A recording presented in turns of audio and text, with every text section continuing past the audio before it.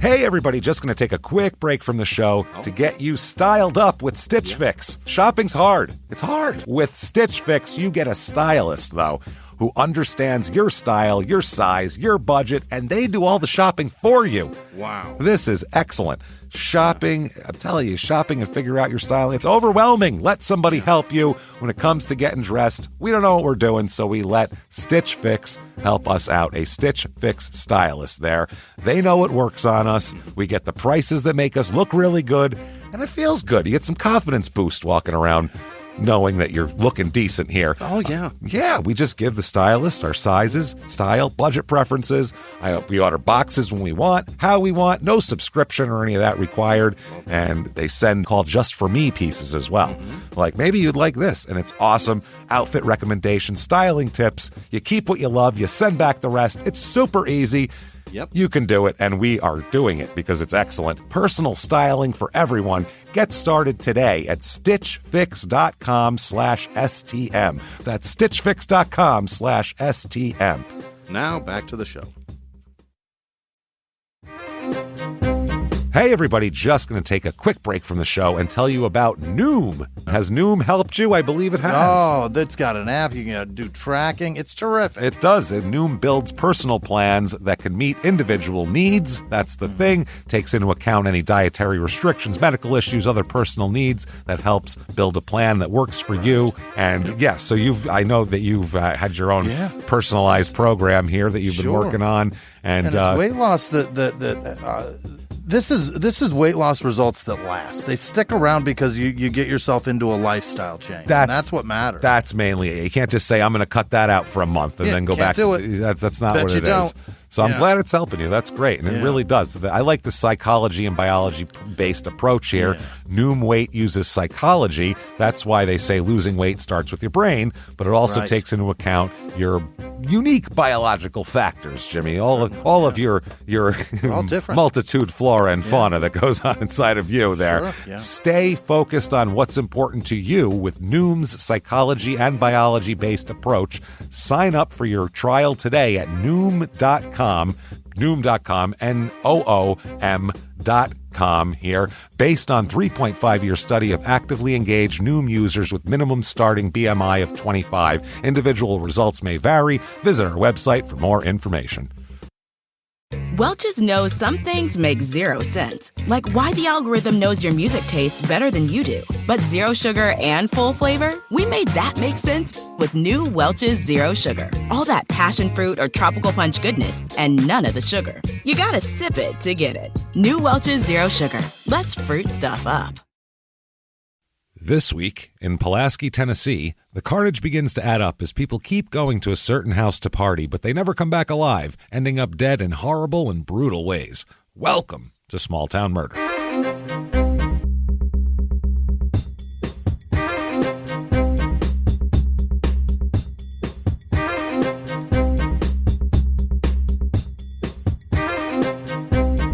Hello, everybody, and welcome back to Small Town Murder. Yay! Oh, yay indeed, Jimmy, yay indeed. My name is James Pietragallo. I'm here with my co-host. I'm Jimmie Whisman. Thank you, folks, so much for joining us on another crazy, wild, insane edition of Small Town Murder. And this is going to be one of those ones. This is going to be a reference point episode. I can tell already.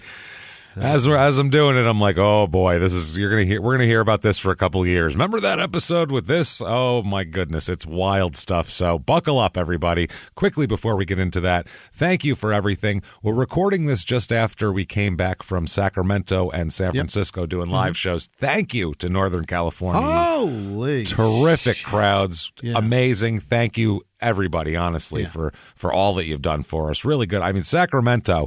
That building is a smaller venue for what we usually do. It's like 450 people, and the Shut Up and Give Me Murder Challenge, they're at the top of the heap, man. That was loud. So, Milwaukee, you're up next. And speaking of that, head over to shutupandgivememurder.com right now. Get your tickets for Milwaukee, the Pabst. They're selling out. We're almost done. So, get in there right now. Don't wait. We're not sure. They'll probably be sold out on the night of the show. So, Get in there, and we're going to have a ball that is September 10th, and then as well get your tickets to the 23rd and 24th of September in Tampa and Orlando. Right. 2 shows in each place at the Improvs. Get those tickets right now. We're going to Florida, so you be there as well. Yes. Also get all your merchandise and everything like that.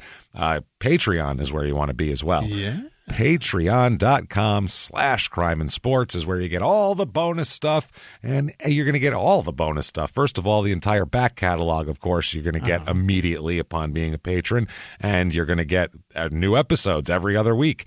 This week, what you're going to get, and you're going to get one for crime and sports, one for small town murder. You get access to it all. Crime and sports, we're going to talk about some weird sports kind of sex scandals. First, we're going to talk about Brett Favre and his dick pics. Yeah. And then there's just a few other weird ones of a female golfer who forced her male caddy allegedly to impregnate her at risk of his job if he didn't, things. Seems that's not good. Illegal. So seems slightly illegal, at least immoral, I would say. So, I'm not making judgments, but whatever. And a couple other ones there. And then for small town murder, we're going to talk about 2 of the most terrible people ever, Leonard Lake and Charles Ng, and a lot of their own words. Leonard Lake's diaries, Charles Ng's testimony, things like that. Let's see what these idiots have to say about themselves. Yikes. Because that's so telling often. So we'll get all of that, and you'll get a shout-out at the end of the show, of course, where Jimmie will mispronounce your name terribly while wanting with his whole heart to get it correct. That is patreon.com/crime and sports is where you get all of that. And as well here, the disclaimer, that's what we need. Yes. Disclaimer, this is a comedy show. Yeah, it is. We're comedians. We're going to tell a crazy story. None of it's made up, unfortunately. We wish it was fake, but it's not. It's all real. When nothing's made up for comic effect. What we do here, there's plenty to make fun of. There's murderers. I like to make fun of a murderer. They've screwed up big time. Who else can you make fun of if you can't make fun of a murderer? If some police force lets some murderer go, even though it's right under their nose for 5 years, you make fun of that. We make fun of small towns because we're all from someplace terrible. But what we don't do is we never make fun of the victims or the victims' families. Why is that, James? Because we're assholes. Yeah. But we're not scumbags. There and you that's how that works. Yeah. So that sounds good to you. Man, are you going to hear a wild story. If you think true crime and comedy should never go together, I don't know. Maybe we're not for you. But maybe we are. Either way, no bitching afterwards. There you go. Right. That said, I think it's time to sit back. Let's clear the lungs, Jimmie, and everybody else out there, wherever you are, in your car, and you're hopefully a semi-private environment so you don't scare the shit out of people. Yeah. Time to shout. Shut up and give me murder. Let's do this, Jimmie. Okay. Let's go on a trip, shall we? Yeah, we shall. What do you say? Let's do it. We are going to Tennessee. Oh, yeah. Smoky Mountains. Smoky Mountains. Going down to Pulaski, Tennessee, baby. Is it with an I or a Y? With an I. Pulaski. Really? Yeah. It's Polish, apparently. Really? It's Polish. No, it's a P-U-L-A-S? Yeah. Pulaski. Yeah. Yeah. Pulaski. Pulaski, Tennessee. It's in the central part of Tennessee, but down at the southern border by the kind of Alabama border down there. Boy.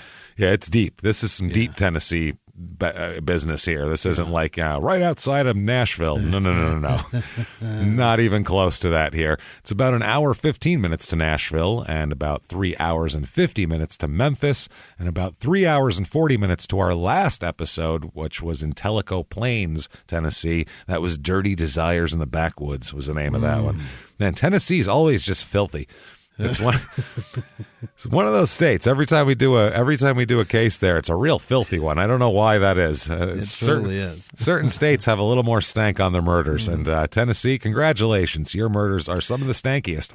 Well, they don't discriminate. They rub a little stank on everything. They do. Everything just is a little bit more. It's a rub like barbecue. It's great. Yeah, it's fantastic. Which they also do well there. Yeah. This is in Giles County, which I'm sure is Giles County down there. I'm not sure. Area code 931. Yeah, it's just Isles County. The motto here, a treasure of Giles County, Tennessee. A treasure of it. A treasure of it. This is the treasure, apparently. Okay. History here, it's all, there's a lot of Civil War stuff went on here. A lot of Civil War fighting and things like that. But we don't have a ton of time for history. And nobody usually cares about that anyway. We have Really? so much in reviews and things to do that we're going to push the history aside for a minute. A lot of Civil War stuff. Okay. Why don't you really delve into and explain the Civil War to me? Well, yeah, we'll get into it from the start. We'll get into the myth of the lost cause, the whole deal. It's going to be fun. The Klan really kind of bubbled in this area at the time. Yeah. This was a very fertile grounds right after the Civil War. A real cauldron with a K. Exactly, a KK cauldron. So reviews of this town, we'll get right to that. Here we go. 5 stars. They love it, apparently. I have grown up in Pulaski. It has really grown greatly since I was little. There are lots of new businesses popping up everywhere. It's a great small town that is incredibly friendly and inviting. I would recommend Pulaski, Tennessee to anyone. Okay. Anyone, even if this isn't for you. Everyone. Even me? Probably not me, right? Here's 4 stars. It's a small and quaint town. It's a great place for families to settle down. There isn't a lot to do entertainment-wise, but it's only a short drive from several large cities. The scenery is gorgeous. The town has a rich history that's worth exploring. There are several locally owned small businesses as well as larger chain stores and restaurants. You just described everywhere on earth. Good job. An incredible feeling of community and family throughout the town and the other towns in the county. My only drawback is that as teenagers grow older, they have a hard time finding fun things to do other than getting into trouble. Well, yeah, but there are efforts being made to provide more entertainment for people of all ages, so that shouldn't be a problem much longer. Okay. I'm sure it's right around the corner. It's going to become a... Yeah, that's one thing that teenagers historically have thrived for, is things that are not things that get them in trouble. Yeah. That's... Things set up by adults to keep them out of trouble. They usually love that. That's our favorite. That's the favorite. Jesus. Here's 3 stars. There is nothing to do or see. Only drugstores and tobacco outlets get built. Well, maybe that's what they're building for the kids. A nice tobacco outlet for them to all hang out at. And then a drugstore that they're going to need in a little while. That sounds like less than 3 stars, doesn't it, by the way? There was nothing positive. That's not an average. Not a thing, yeah. Here's 2 stars. This person's going to come strong and honest here. Okay. I don't like much about Pulaski at all. All right, well, that's a good way to start it. Yeah. That's 2 stars. It's too small for my liking, and the only thing people do in this town is start drama. Oh, these drama starting sumbitches, I'll tell you what. I would like to see better police officers in charge. Most of them do nothing here. Okay? Doesn't sound like there's a lot to do, though, either. How much there is to do. It's a tiny town. How much crime is happening? Yeah. Here's 1 star. There we go. This is the complaints here. The town loses loads of money per year. People take the money they make at work and spend it in the bigger cities nearby because there's absolutely nothing to do here. Yeah, that's how it works generally. Right. Yeah, they pay their taxes and they do that sort of thing at home, though. That's how you make money for the town. And this town would be a better idea. This town would be ideal. They're trying to say they left the L off. That's why for a retirement community. The most dangerous crime being committed here are DUIs and not paying child support. The police here never leave the house hoping it's the last time they will see their family. So apparently it's pretty safe, and there's a lot of it's a Mayberry situation with the police force. Well, sit tight. As long as deadbeat fathers don't pay child support, you're about to have worse criminals. That's the thing. And we'll tell you what the crime is, by the way. I don't want to take that from a review. So people of this town, 7,524 people in this area. So it's a decent-sized town, but it's grown a lot. It was a lot smaller than that, and especially we're going to talk about it in the 80s. It was way smaller, this whole area. A few more females than males, about average. Median age is about average, 38 here. There's a college, I guess, nearby, so the 18 to 20 is above average, like that age group. They got a college down there? Yeah, there's a college nearby. I don't know what it's for. I don't know if it's for, pickling things in jars or some barber college. Yeah, pickle tomato U or something. I don't know what it is down there, but so there's less married people, obviously, because of the younger people and things like that. Race of this town: 66% white, 24.1% black, 0.7% Asian. So trying hard to get it. We're going to reach 1% here. No, that's 0.7. That's not a lot. It's usually 5% in the rest of the country. 3.8% Hispanic, which is usually like 18%. Yeah. So yeah, it's black. It's white and black basically. Yeah. Religion in this town, though, there's a lot of that. 66.6% religious. Isn't that beautiful? Shit. 666% religious. That's great. It's high down here. Don't convert anybody. Well, don't anybody walk away. We need it right there. Right there. Forever. And, as you might have guessed, the highest one is Baptist here. Yeah. 36% of the people here are Baptist. Baptists are, as we know, the Catholics of the South. Yes, they are. And there's a lot of them here. So there you go. Last election in this county, 25% of the people voted Democratic, 74.1% Republican, 0.9% Independent. Wow. It's a rural place, and it's a pretty, they're voting one way.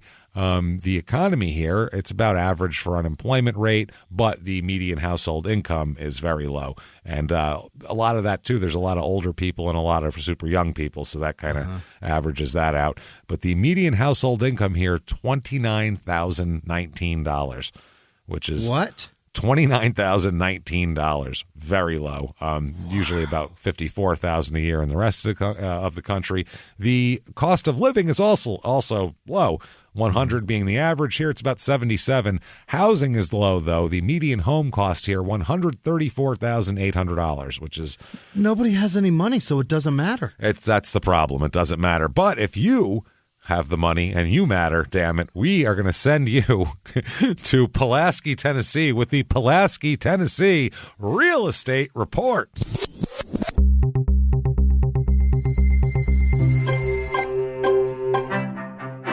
Your average two-bedroom rental here goes for $686, so that's about half the national average. That's affordable, yeah. Here is a two-bedroom, one-bath, 864 square foot house that looks like it's like almost sentient. Like it looks like the foliage has kind of joined with the house. Oh. So someday, like the roof will be able to talk to you, and like the vines will make it pop open, like so it talks to you. House, yeah. Yeah, like in a horror movie, like a possessed house. I feel like it's Kathleen Turner's voice today. Yeah, you're gonna have to live with the wildlife in there. I feel like in the house, it's not very good here. $75,000 for this little dump. My. Yeah, it's not great though. Here's one 5-bedroom, 3-bath, 3,370 square feet. It's a big nice house. Yeah, nice house. Built in 1900. It looks like it was built in 1900, decorated in 1912, and then someone put plastic wrap around it for the last 110 years, and then they're going to show it to you now because I kind of want it. It looks like if you were to have a retreat, say, let's say a retreat for just for old ladies to recharge their batteries. Yeah. Just for people 85 and over named like Martha and Alice, you would put them in this house so they'd feel comfortable. A lot of lace, it's a real doilies. Golden Girls getaway. No, they're still out there. This is like we're done with those. Those Golden Girls are hussies. They're out looking for men and eating cheesecake. This is worse than Cocoon. All their husbands have died long ago. They're like 93 and they're like, Lord, take me, please. And then you put them here so they can sew and cross stitch together. It's kind of sad. $429,000 for this house, though. It's not that terrible for what it is. Yeah, it's affordable. Here's a 4-bedroom, 3-bath, 4,162 square foot, built in 1920.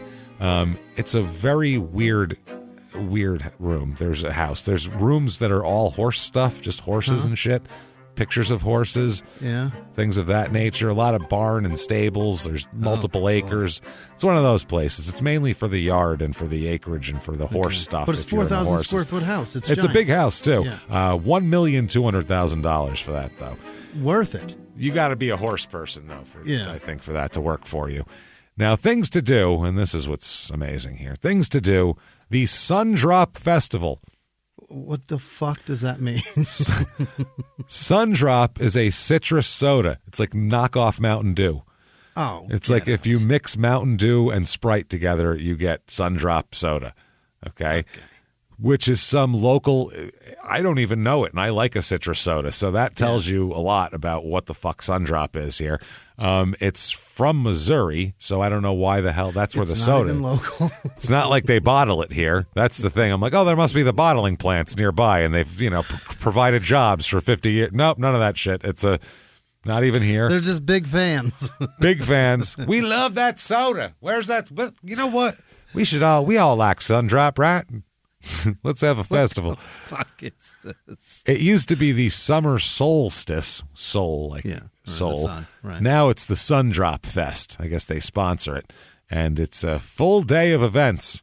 Okay. Is Soul SOUL or like SOL like the sun? No. Okay. SOL. SOUL. Like, okay. It's your soul. The solstice. Yeah. It'll be, it's on June 11th. These things happen. This thing happens, apparently. Summer thing, yeah. They said, quote, with so many new and returning events and attractions, we will literally have something for everyone. So go ahead and mark your calendars and be part of the fun. Yeah. We're going to do it. Some of the favorites here. The milk drop. What is that? I don't know what that is, and I don't like the sound of it. It sounds like people are going to be soaked in milk in the July Southern Tennessee heat or the June Southern Tennessee heat, and that's going to stink. Oh, God. Who's Jesus. that for? They quote unquote literally have something for who the fuck was looking for that? Who's looking for that? The milk's provided by Flowers Creamery, so there's that. Good for you. Give them a plug. Faith over facts basketball competitions. Well, that says it all right there. You just said it all? I don't even have to say a word. I don't have to say a word. I don't even. There you go. Oh God! Kids Corner. That's the name. That's their chosen name, not mine. Kids Corner, sponsored by PES and the Giles County Public Library. The Pace Car Club Cruise-In at Kitchen 218. Blah blah blah. With the event changing to celebrate Giles' decades-long love affair with SunDrop. What is going on? That's what it is. They just like it. The county, they just love this soda, and it's their official county drink. This is welcome to the Orlando Festival. This is the St. Louis Cardinals Festival in Orlando, Florida. That makes no sense. Why are we doing this? What is happening? I don't understand it. We're going elk hunting in South Carolina. That's what this is. It doesn't. You're not going to find any. Well, no, what is up? Why? I don't get it. So anyway, the Bank of Frankenwing will sponsor the SunDrop Cake Dessert Contest. Oh, boy. Okay. Rumors that festival attendees may be able to once again... Oh, no. Don't do it. Oh, God. It's in quotes, Jimmy. Judge the babies? Drop it like it's hot. Oh, God. I'm going to cry.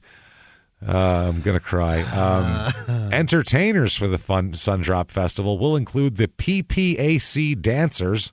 What is that? Terrific. I don't know. They dress like bottles of soda. I have no idea. And musicians Ben Chapman, Casey Tyndall, and Chris Bandy. Nobody's heard of any of them. So that's excellent. You got I can't wait for that. I'm there for Casey Tyndall, of course. That's my my favorite. So yeah, they come back. They're planning it the whole time, and it's the organizer of the festival said, "quote They don't call this SunDrop country for nothing." Well, what do they call it that for? Fantastic, guys. Terrific. I don't know what to tell you. I'm so confused. Does everybody just wander around going, what the fuck is this? My mind is blown. The next one's even weirder, okay? Yeah. It's the Here's the Beef Fest. Okay. Which I'm like, awesome. This is a county initiative to celebrate a high state rank in beef production. Has quickly grown into a regional and state celebration of agriculture. Oh, boy. Here we go. Let's see. We're very excited to take our Here's the Beef brand across our great state for Tennessee's State Beef Festival.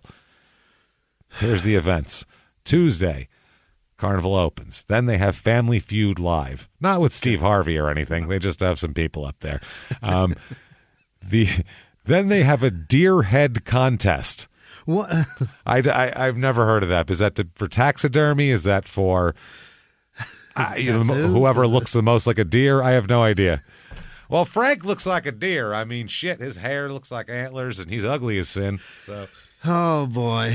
Then there is, I couldn't make this up, cow pie bingo.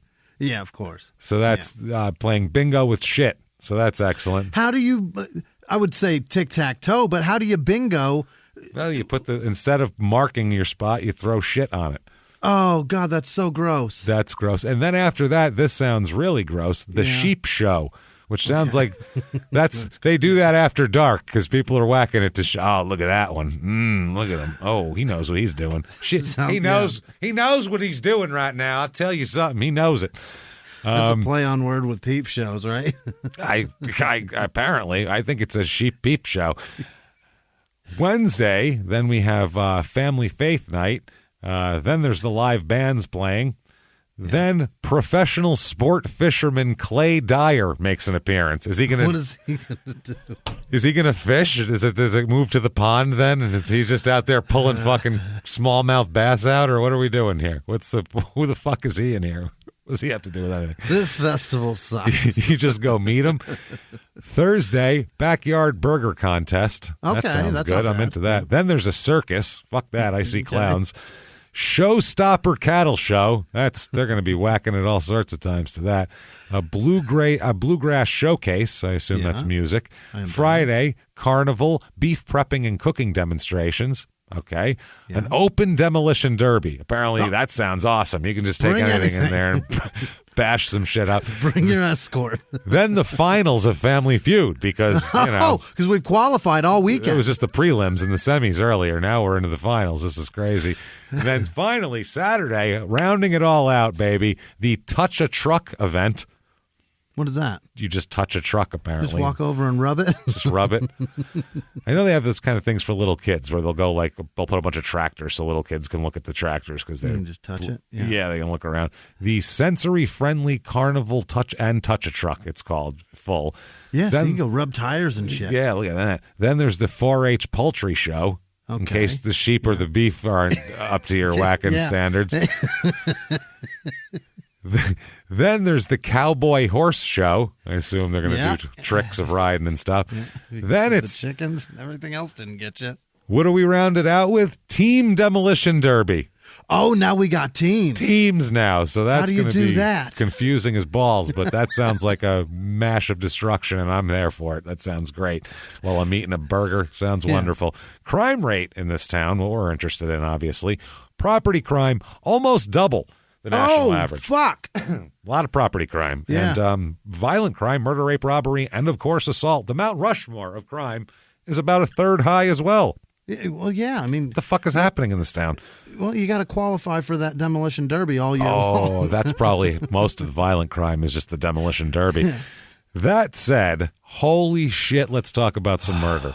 Oh, boy. Wow. Jimmie, your ears are going to be blown back on this one. This is This is wild. Buckle up, everybody. Let's talk about a couple of people, first of all. Let's start out with Hugh Peter Bondurant Jr. Oh, actually, he's the third. I apologize. Jesus. The third.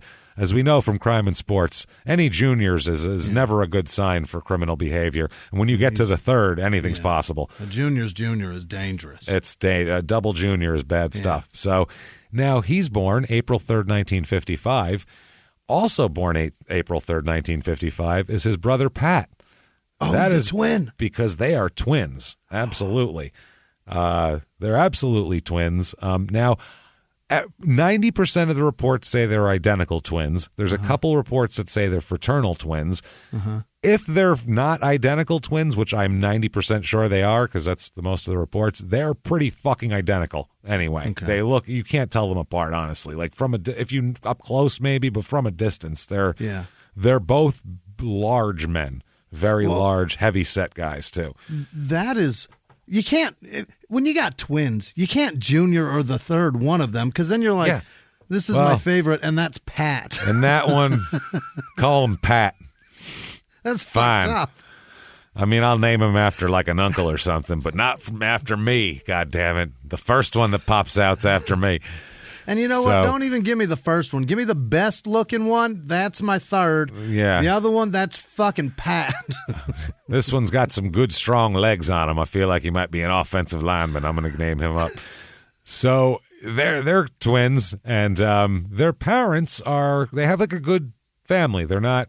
A lot of our stories, our origin stories are these horrible things, and somebody was in like a military prison for insanity, then they come home and have 5 kids and, cut 3 of their heads off and make the other 3, line them up on the shelves. And we've had weird stories. So and stitch them all together in some sick. Well, you're going to make a centerpice for Thanksgiving. Yeah. That's what that's for, Jimmy.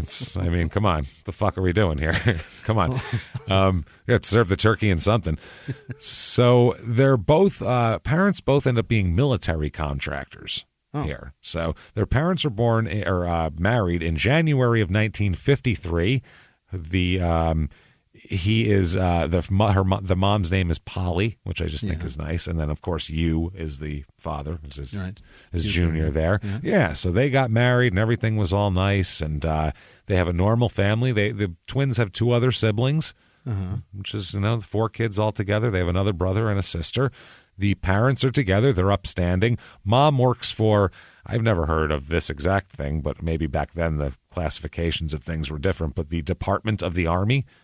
Oh, I don't know. She's like a civilian contractor in the military type of deal. Department of the Army. The Department of the Army. Yeah. Okay. So they took him. They had both the parents did that. So they had a lot of assignments within the Army, and they would travel a lot as a family because they got moved around all the time. By the late 1960s, they settle in Elkton, Tennessee. Oh, elk like the animal, like a ton of elk, shit ton of elk, Tennessee. Yeah. So. At that time, the father had got a job at the Redstone Arsenal in Huntsville, Alabama, and their mother was working as a teacher also in addition to an Army contractor. So there you go. Now, they have the parents, the twins can kind of do no wrong with the parents, and you'll see it. It goes all the way to the bitter end where you're like, lady, holy shit, Polly, holy fuck, Polly. Discipline these fucks. Ooh, not that. Just to get your head out of your ass at this point. But when they were kids, any criticism of them would be rejected. Teachers, neighbors, hey, your twins are doing this. Hey, the kids are doing this. No, you leave them alone. Yeah, you leave them alone. And she'd hug their fat heads. That's how she'd do it. Yeah, 1 on each hip. There you go. You leave these kids alone. And they're very heavy set from an early age, these kids, too. And we're talking very, like when they're fully grown, they're 350 pounds, both of them. Is that right? Yeah, they both look like, you know what they look like? They remind me of, remember Drop Dead Gorgeous? You didn't see Drop Dead Gorgeous? No. Really? Yeah. Wow, you should see that. It's fucking phenomenal. Holy shit, it's amazing. It's hilarious. It's a goddamn, it's a spoof if you like Christopher Guest shit, it's just like that. It's great. So I don't know who he is, but I imagine he makes good things. Yeah, you don't know. Wow, okay. He's like Best in Show, and that was his. He made that one. Oh, yeah. Fuck, I love that movie. And he was in Spinal Tap and all that. He's the fucking he's the spoof guy that does. I don't know what not the spoof, mockumentary. It's a mockumentary type thing. Right. So anyway. I'm not good at retaining faces and names. I'm really bad at it. I can keep a name, but not a face. For everyone else out there, he's the guy. They look like the 2 brothers in Drop Dead Gorgeous, where the older brother who tells his younger brother all the time, "Close up shop there, close up shop," and zip his pants up, and they look like that guy, the older of the 2 brothers from the paint store there. Do they look like Bobo and Lil Debo from Nothing But Trouble? I mean, kind of. No, they look like fatter, scummier versions of Taggart from Beverly Hills Cop. Jesus Christ. Like put 100 pounds on Taggart and make him and have him like sit in a cabin for 3 years, and that's what he'd look like. You know what I mean? That's the best way I know you know who Taggart is. I'm like, what's a reference Jimmy's definitely going to know? It's Taggart. That's a guy who you can just see always with his zipper down too. Yeah, zipper down. God damn it, again. Yeah, he hates being in a suit at work. He just hates it. So. Hey everybody, just going to take a quick break from the show to tell you about the safest sponsor ever, Simply Safe. Absolutely, these people will keep you safe. It's amazing. You know that every 26 seconds a burglary takes place in the United States, according to the FBI. That means that by the time this podcast is over, dozens and dozens of homes will have been targeted, ransacked. God knows what happens here. So protect your home before it's too late with Simply Safe proactive security system. Simply Safe helps stop threats before they even have a chance to break in. Named Best Home Security System by U.S. News and World Report 5 years in a row. And by us for about the last 8 years as well. If you trust us, believe me, you want Simply Safe. So visit simplysafe.com/small to claim 50% off a new system with professional monitoring plan and your first month free. That's simplysafe.com/small. There's no safe like Simply Safe. Now back to the show. This show, Small Town Murder, is brought to you by BetterHelp. Get yourself some therapy, everybody. Honestly, here. We often hear about, red flags that you should avoid. Hey, that's a lot of a thing. It's become a real phrase now, real cliche. Yeah. But why don't you focus also, you look at like green flags in friends and partners. Look for good things as well. Right. And maybe you're not sure what that looks like, though. Therapy can help you figure that out. What are positive things? What are the green flags? And then you can practice them in your relationship. It's absolutely a fact. And so, honestly, we absolutely are huge advocates for this. It really, really helps. BetterHelp is fully online, making therapy affordable. It's convenient. They serve over 5 million people worldwide. You can access a diverse network of more than 30,000 credentialed therapists, wide ranges of specialties there. Here's the coolest part. You're not getting along with your therapist, you're just not feeling it, you can switch at any time, no extra charge. Wow. The thing is, they want you to get help. That's it. And you can do it with BetterHelp. Discover your relationship green flags with BetterHelp. Visit BetterHelp.com/smalltownmurder today to get 10% off your first month. That's BetterHelp, HELP.com/smalltownmurder. Now back to the show. Now, their uncle and their first cousin by marriage, who is the same person, by the way. Say, uncle and first cousin by marriage. Oh boy, I don't know how that works, but I'm not even my head's going to hurt if I get into the relations here. So either way, he talks about how the parents would never discipline the kids. If they ever got in trouble, whatever the kids said happened. That's what she would take that as gospel and tell people, you stop picking on my boys. Wow. Period. Which in the 60s was weird. In the 60s, your neighbors were allowed to hit your kids. Right. Like if your kid was cutting up at a neighbor's house, you would be like, you gave him a good whack, right? All right, good. Lucky he didn't beat you worse. Good. You tell him to come home, I'm going to hit him harder. That's what people used to do back then. There was no. You ever watch Mad Men? It's just make me a drink and then I'm going to hit you, and then go to bed with no dinner. That's all it is. So they do all of that, and so obviously there's an issue. The father drank heavily at times, is what it was, and the twins could get away with anything because they would just cry to their mom. Uh-huh. They'd cry to their mom, and Polly would defend them, and Dad didn't really give a shit, and that's how it worked. So that was the end of it. They said the father would have quote temper fits with the twins when they were children. But didn't really hit them, though. There was no physical abuse of the twins at all. Just manifested frustration. Yell at them, yeah. Well, I mean, there's these two twins that are being so bad, and no matter what you do, their mother will say it's fine. So it's like you would get angry, I would think, too. So they would yell at them by the time they got older, when they saw them do things wrong in the house that they couldn't talk their way out of. They would yell at them, and they said curse at them a lot, and a lot of ridiculing them as well. So it became just a lot of kind of a verbal abuse thing, but nothing compared to what we normally hear about. It's pretty light. It's really not much. So they had a hard time establishing relationships with other kids because, number one, as their family put it, like the way that they were overweight and the other kids picked on them a lot. Sure. Yeah. There was no tolerance for that back in the day. That was, hey, fat fuck. There was no, especially with boys, it was just, hey, that's fucking, your name is lard ass. That's what your friends call you. Right. Those are your friends, too. Yeah. I mean, there were two. Do the truffle shuffle. Come on, fat ass. That was their buddies in Goonies, That's just how it's merciless. We had two big twins at our high school. Everyone called them the Buffalo Twins. That's what I mean. Just brutal, man. I knew a fat kid that wore a purple sweatsuit in the third grade to school. He was Grimace until the 12th grade. Yeah, you can't do that. Why would he do that? He was like 8. His mother put him in it, sent him to school. Why would mom do that? And the next thing you know, he was Grimace till the 12th grade. Yo, Grimace. Everybody called him Grim. They'd call him Grimace. That was his fucking name. He put that kid in jeans and a white shirt every day. God damn it. 90% of the people calling him Grimace didn't even know why the fuck they called him Grimace. They just figured he was fat and jolly, but like they didn't understand that there was like 4 people that knew him in the 3rd grade that kept this horrible thing going. And yeah, not great. God damn it. Poor Grimace. Poor kid. Poor Grimace.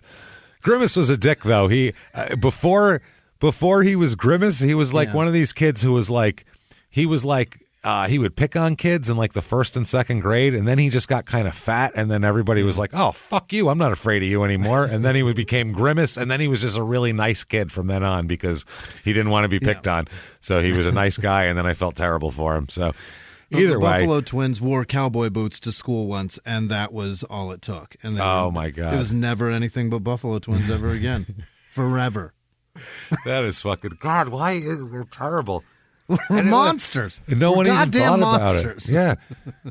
In Arizona, I went to school for a few months in Arizona, and there was a kid that I went for the end of one year and the beginning of another, and a kid wore like Public Enemy shirts and NWA shirts at the end of the year, and then he came in the next year, which is like, I don't know, what? 3 months later? 56 days later.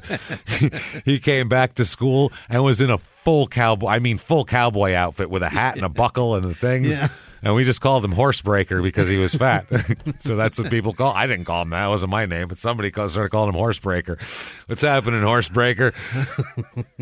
And he was trying to have a new personality, and it failed. Yeah. He wasn't even like in the doors of school fully. Yeah. And someone was like, "Yo, you horse-breaking motherfucker! Look at you! Gonna break those bitches in half." And he was like, "Ugh, deflated, over." It's bad. Imagine. It sucked being a kid. And everybody, like you get dressed in whatever you want to wear, and everybody, you look in the mirror and you go, oh, today's going to be the day I just make all the friends. I'm going to impress them all. It's good. Yeah, because that's what you want as a kid. Walking to school, he's kicked in the dick right away. He probably, in his mind, he imagined he opened the doors like they were saloon doors, and everyone's going to go, oh, shit, there's a new sheriff in town. Oh, boy. And they were like, hey, how did your fat ass get on a horsebreaker? I bet you broke its back. Hey, Horsebreaker. Done. In 15 seconds, he had a nickname. He didn't even get to his locker yet. It was fucking terrible. I felt terrible for him. Nice kid, just needed an identity. Now, there's a guy, a neighbor here, that says at one point he went home and had to go to the twins' house to talk to the parents here. And basically, because people would pick on them, they stuck together. And it turns out 2 really big guys can beat the shit out of most people if they work together. So they became very formidable after a while, and they were nobody to pick on after a while because you pick on one and they're both going to be kicking your ass in no time. That's just the way it was. Yeah. Pick on one, you pick on the other. But they ended up, of course, kind of getting in with the wrong crowd because they wanted to be cool, and they got into drugs, as we'll talk about. And they start selling drugs at a pretty young age, too, as we'll get into. Really? These 2. Oh, yeah. These two kind of make their own little weird Manson family, essentially. Yeah, like a strange hillbilly Manson family in the 60s? In the 80s. Wow. We'll talk about it. This is when they're in their 30s later on. Just like Charles Manson, they have like these previous lives and then come back in their 30s and start hanging out with people in their, younger, lower 20s, mid 20s, and, with drugs. That's what it is. Right. They're getting everybody in, and they have a plethora, too, of everything. This isn't like Manson with some fucking tabs of acid in the desert. They're like, we have any drugs you want. Come hang out at our little pleasure palace, which is a rundown farmhouse, but still. We'll get into it. So this is what this guy says. He says, quote, their daddy answered the door, and I told him why I was there. And he said their daddy was a rough sort. He didn't mess around. He called Pat and Pete out where we just put it to them straight. Of course, they denied it at first, but I think it was Pat that said something like he was just with Pete and that Pete had done it. I told them that all I wanted was my gun back and asked them where it was. Because they were little kids and they stole a gun, or teenagers, and they stole some guy's gun. He said they finally owned up to it, that they'd give it to some guy. They gave it to some guy, and he buried it in his yard.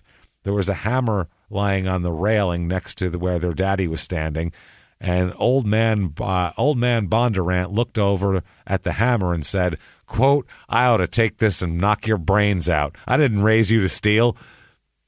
Holy he told shit. his son that. Yeah. He made him go get the gun and give it back to me, and he told him that he was going to come to my, and he told me that they was going to come to my store and work off what they couldn't replace. I told him that wasn't necessary. I just wanted my gun back, but he wouldn't have nothing but that. He wouldn't have nothing but that they'd come by the store every day after school and work. Okay, So he stole from somebody, and yeah. But they stole a gun and gave it to. They didn't even sell it to somebody, and that person just buried it. What a shit They caper. took it. They took it to a guy's house and buried it in the yard. So they're like, "Hey, well, we'll bury it till the heat dies down." But this guy just came to his house and was like, "I know you motherfuckers took it." And then when Dad says, "I ought to knock your brains out with a hammer," you go dig it up quick. You know, they're lucky they didn't sell it off. So they're weird kids, though. They really are. They both weigh more than 250 pounds by the time they're in the 7th grade. My goodness. So they're big kids. They're growing fast. I mean, that's big for the 7th. 7th grade is 12. That's pretty big. It's a pretty big 12-year-old. Yeah, it's a lot of 12-year-old. And they liked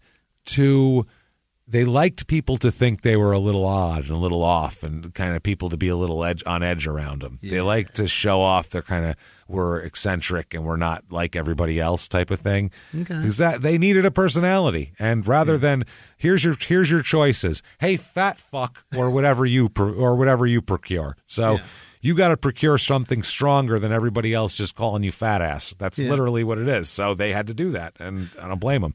It happens. What's a big guy nickname that's embraced, though? You know what I mean? Other than big or big, or bear or some shit. But even that's got different connotations now. Yeah. But back in the day, you'd call somebody like a ox or bear or some animal. I don't know. It'd always be some fat animal. Then it's like, great, thanks a lot.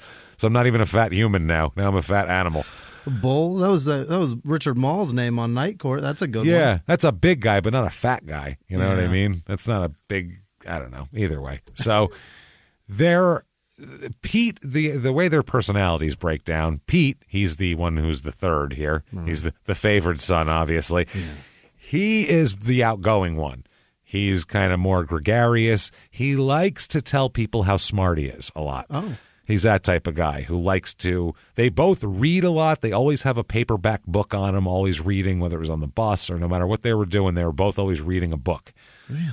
Always reading, and they like to try to act like no one else around here is reading a book all the time. We're reading a book. We're different. We're weird. We do this. We do that. You don't know where we're coming from. Look at how different we are. Trying to get a personality, which is understandable. But Pete's the dominant twin. He's the dominant twin. Pat's a little bit quieter. Pat's more of a follower toward Pete. Yeah. So, he's not a third. Daddy God gave him the name, so it's the way it's supposed to be. Yeah. It's nature now. I just gotta he's the follow. leader. Now, they did some things as a kid that are interesting, let's just say. And they had no problem telling people about the crazy shit that they did because they wanted people to think that they were fucking nuts because that was a personality. But they actually did crazy shit at the same time. Number one, they would, this is terrible, by the way, brace yourselves, everybody. They would take neighborhood cats. Oh, God. Yeah. See, this is what I mean. You know where a story's going when someone starts fucking with neighborhood cats. See Pocket Robin, see a million other stories we've done. But they would take neighborhood cats and bury them in the yard like you'd bury your dad in the sand, and then go, ha ha, asshole, and throw sand in his eyes with their head sticking out of the dirt, and then run the lawnmower over their head. I knew that's what they were of course, do. That's what they would do. God. That's a good time for these two. So the level of fucked up that they are is, you know what? I was going to say it's incalculable, but it is calculable. It's a formula that adds up to a mowed cat head. That's equals this, and then wow, super fucked up. It's really fucked up. Later on, too, they would like to. Both of them would do this. They like to freak people out. They would take like a a big 2-pound thing of ground beef and just shovel handfuls into their mouths at a time and eat it. Like I eat pounds at a time just I wish they got fucking E. coli. Right? I'd like a hamburger only without the bun and not cooked and also not in the shape of a hamburger. Can I have all those things? Do you have that? Oh, good. Just meat in a tray. Thank you. I like it when it still looks like it just came out. That's so weird, man. That's some weird shit. But, I mean, that's what they like to do. They're weird guys, and they like to tell people and show people how weird they are. By the time they're in high school, they become kind of bullies, basically, because nobody can fuck with them. They're 350 pounds, and they work together. So good luck. That's formidable. Then they started ending up, they figured out a couple of drug hookups, and they started having a lot of drugs and selling drugs to the other kids. Now, no matter how big of an asshole you are, if you have drugs in high school, you're very popular. Yeah. Doesn't matter if people like you. They don't care. Tends to make friends. Yeah. Doesn't matter if they like you. They put up with you for as long as it takes to get what they want from you. Anybody says any cross words, they go, shut the fuck up, man. He's got weed. Shut up. Shut up, dude. He gives fat fucking eighths. Shut up, bro. They're like 4 grams, I swear. They're better. He gives like an extra fucking couple balls in there. His quarter's like an extra finger high. Shut your mouth. And if everybody has that vibe toward you, then all of a sudden girls start to notice you. There they are. Because one lovely, wonderful quality that women have, and there's many, but one that they have is they will overlook many imperfections if you have enough kind of a something that they like, a charisma, a swagger. a something. Yeah, they'll overlook a lot of physical imperfections for that. Whereas guys do the exact opposite. Opposite. We'll overlook. Throw you in the trash. Yeah, well, you could be the greatest person in the world. You're like, I don't know. But as someone who's hot, you'd be like, oh, yeah, I know she stabbed her last boyfriend in the throat. And you end up like Deontay on Love After Lockup. That's like, I watched Lindsay on camera destroy a man's house, freak out, carve shit in his desk and everything. But I think I'll do better with her. That's how guys think. We'll do anything if we're horny. Whereas and then toss them in the trash because her feet made a weird sound on the sheets. Like I didn't like that. Shit. Yeah, that's the type of weird shit guys do. Whereas women are like, yeah, I know he's just a fat disaster, and I like nothing about him physically, but you know what? Sometimes he just says this one thing in just one way, and I still fuck him. And you're like, what? How? What is happening? He calls me sugar, and I love it. God damn it, you're fucking nice creatures. Thank you. So there you go. So they start to get popular with girls, and the weird part is and I'm going to explain what we were just discussing, how women will overlook shit. They're popular with girls beside the fact, or in spite of the fact that here is a quote from a girl in high school. Quote, they wouldn't go to the bathroom or anything. They'd just fart right out in class. Oh, my God. Everybody laughed, but it was so just yuck, they said. So there you go. That's what they like? They would fart in big, giant 350-pound farts in class, and girls would still like them. Vile. You know what I mean? The worst. Like I said, that one girl farted once at a party while terribly drunk, and she was fart girl forever, and no one ever talked to her again. That's the difference between men and women. They're very forgiving. I envy people that just like own it and just like walk around and just do it everywhere. You know what I mean? But in the 11th grade, you can't let rip in science class. That's going to give you a bad rep. It's not advisable. So this girl also said that they like to fight a lot, and they would pick a lot of fights as well. Yeah. So here's a guy named Ronnie Curry. He said he knew them well in school, but he said that according to him, it wasn't them that started fights. It was other people would try to pick on them, and then they would retaliate, which by high school seems like that's not correct, because it seems like they had drugs and were farting in class without anybody saying anything, because they were. It was almost like, go ahead and make fun of me for farting so me and my brother could beat the shit out of you type of thing. So it's different. Ronnie Curry said the Bondurants came in 7th grade after they moved to the area. And he said everybody picked on them because they were twins. I've never heard of that before. Nobody's ever done that. I've never heard of that. I've known multiple sets of twins. Everybody goes, oh, wow, cool. You guys are twins. That's fucking cool. And then they ask a bunch of questions.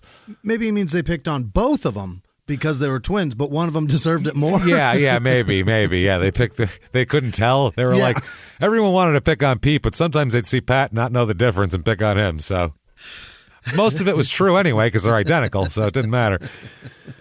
So, yeah, he said that people would pick on him just to see what they would do. Is what he said. He said they used to read, paperback books all the time, and he's described Pat as a loner, saying that if you fought one, the other jumped right in. And he said they were tough in a fight. He said when they hit you, they were like wild beasts. Jesus, they hit you with everything they had. It's a lot for big guys like that. He said when they would fight, they would scream and holler as well. They would scream and like, and they're attacking you, two giant guys. That would be terrifying if you're a child. There was a kid in school that used to fight like that. It was a spectacle. Watching somebody scream while punching is crazy. How about two giant 350-pound guys screaming while punching? Two fat taggarts. Just So they said, Curry said one time in the 8th grade, he was with Pete in the boys' restroom, and he and Pete got into a fight. But he said that they started wrestling, and Pete got Curry down on the bathroom floor, which is disgusting right away. Gross, yep. And started choking him. He said that he thought he was going to get choked to death until another guy, Butch Crabtree, came in. Butch Crabtree showed up. A child named Butch. He's in the 8th grade, named Butch. He came in smoking a non-filter cigarette. Yeah. Hey, how you doing in here? What the hell's going on? Drinking black coffee. Butchie, help me. Hey, all right, sorry. Hold on a minute. Jesus Christ, I'm sorry. I was working. I was putting some new rings in my car. I'm sorry a minute. I just came in. Holy shit. Black coffee in Pete's face. Yeah. Right in his face. Put his lucky out on his forehead and knocked him off.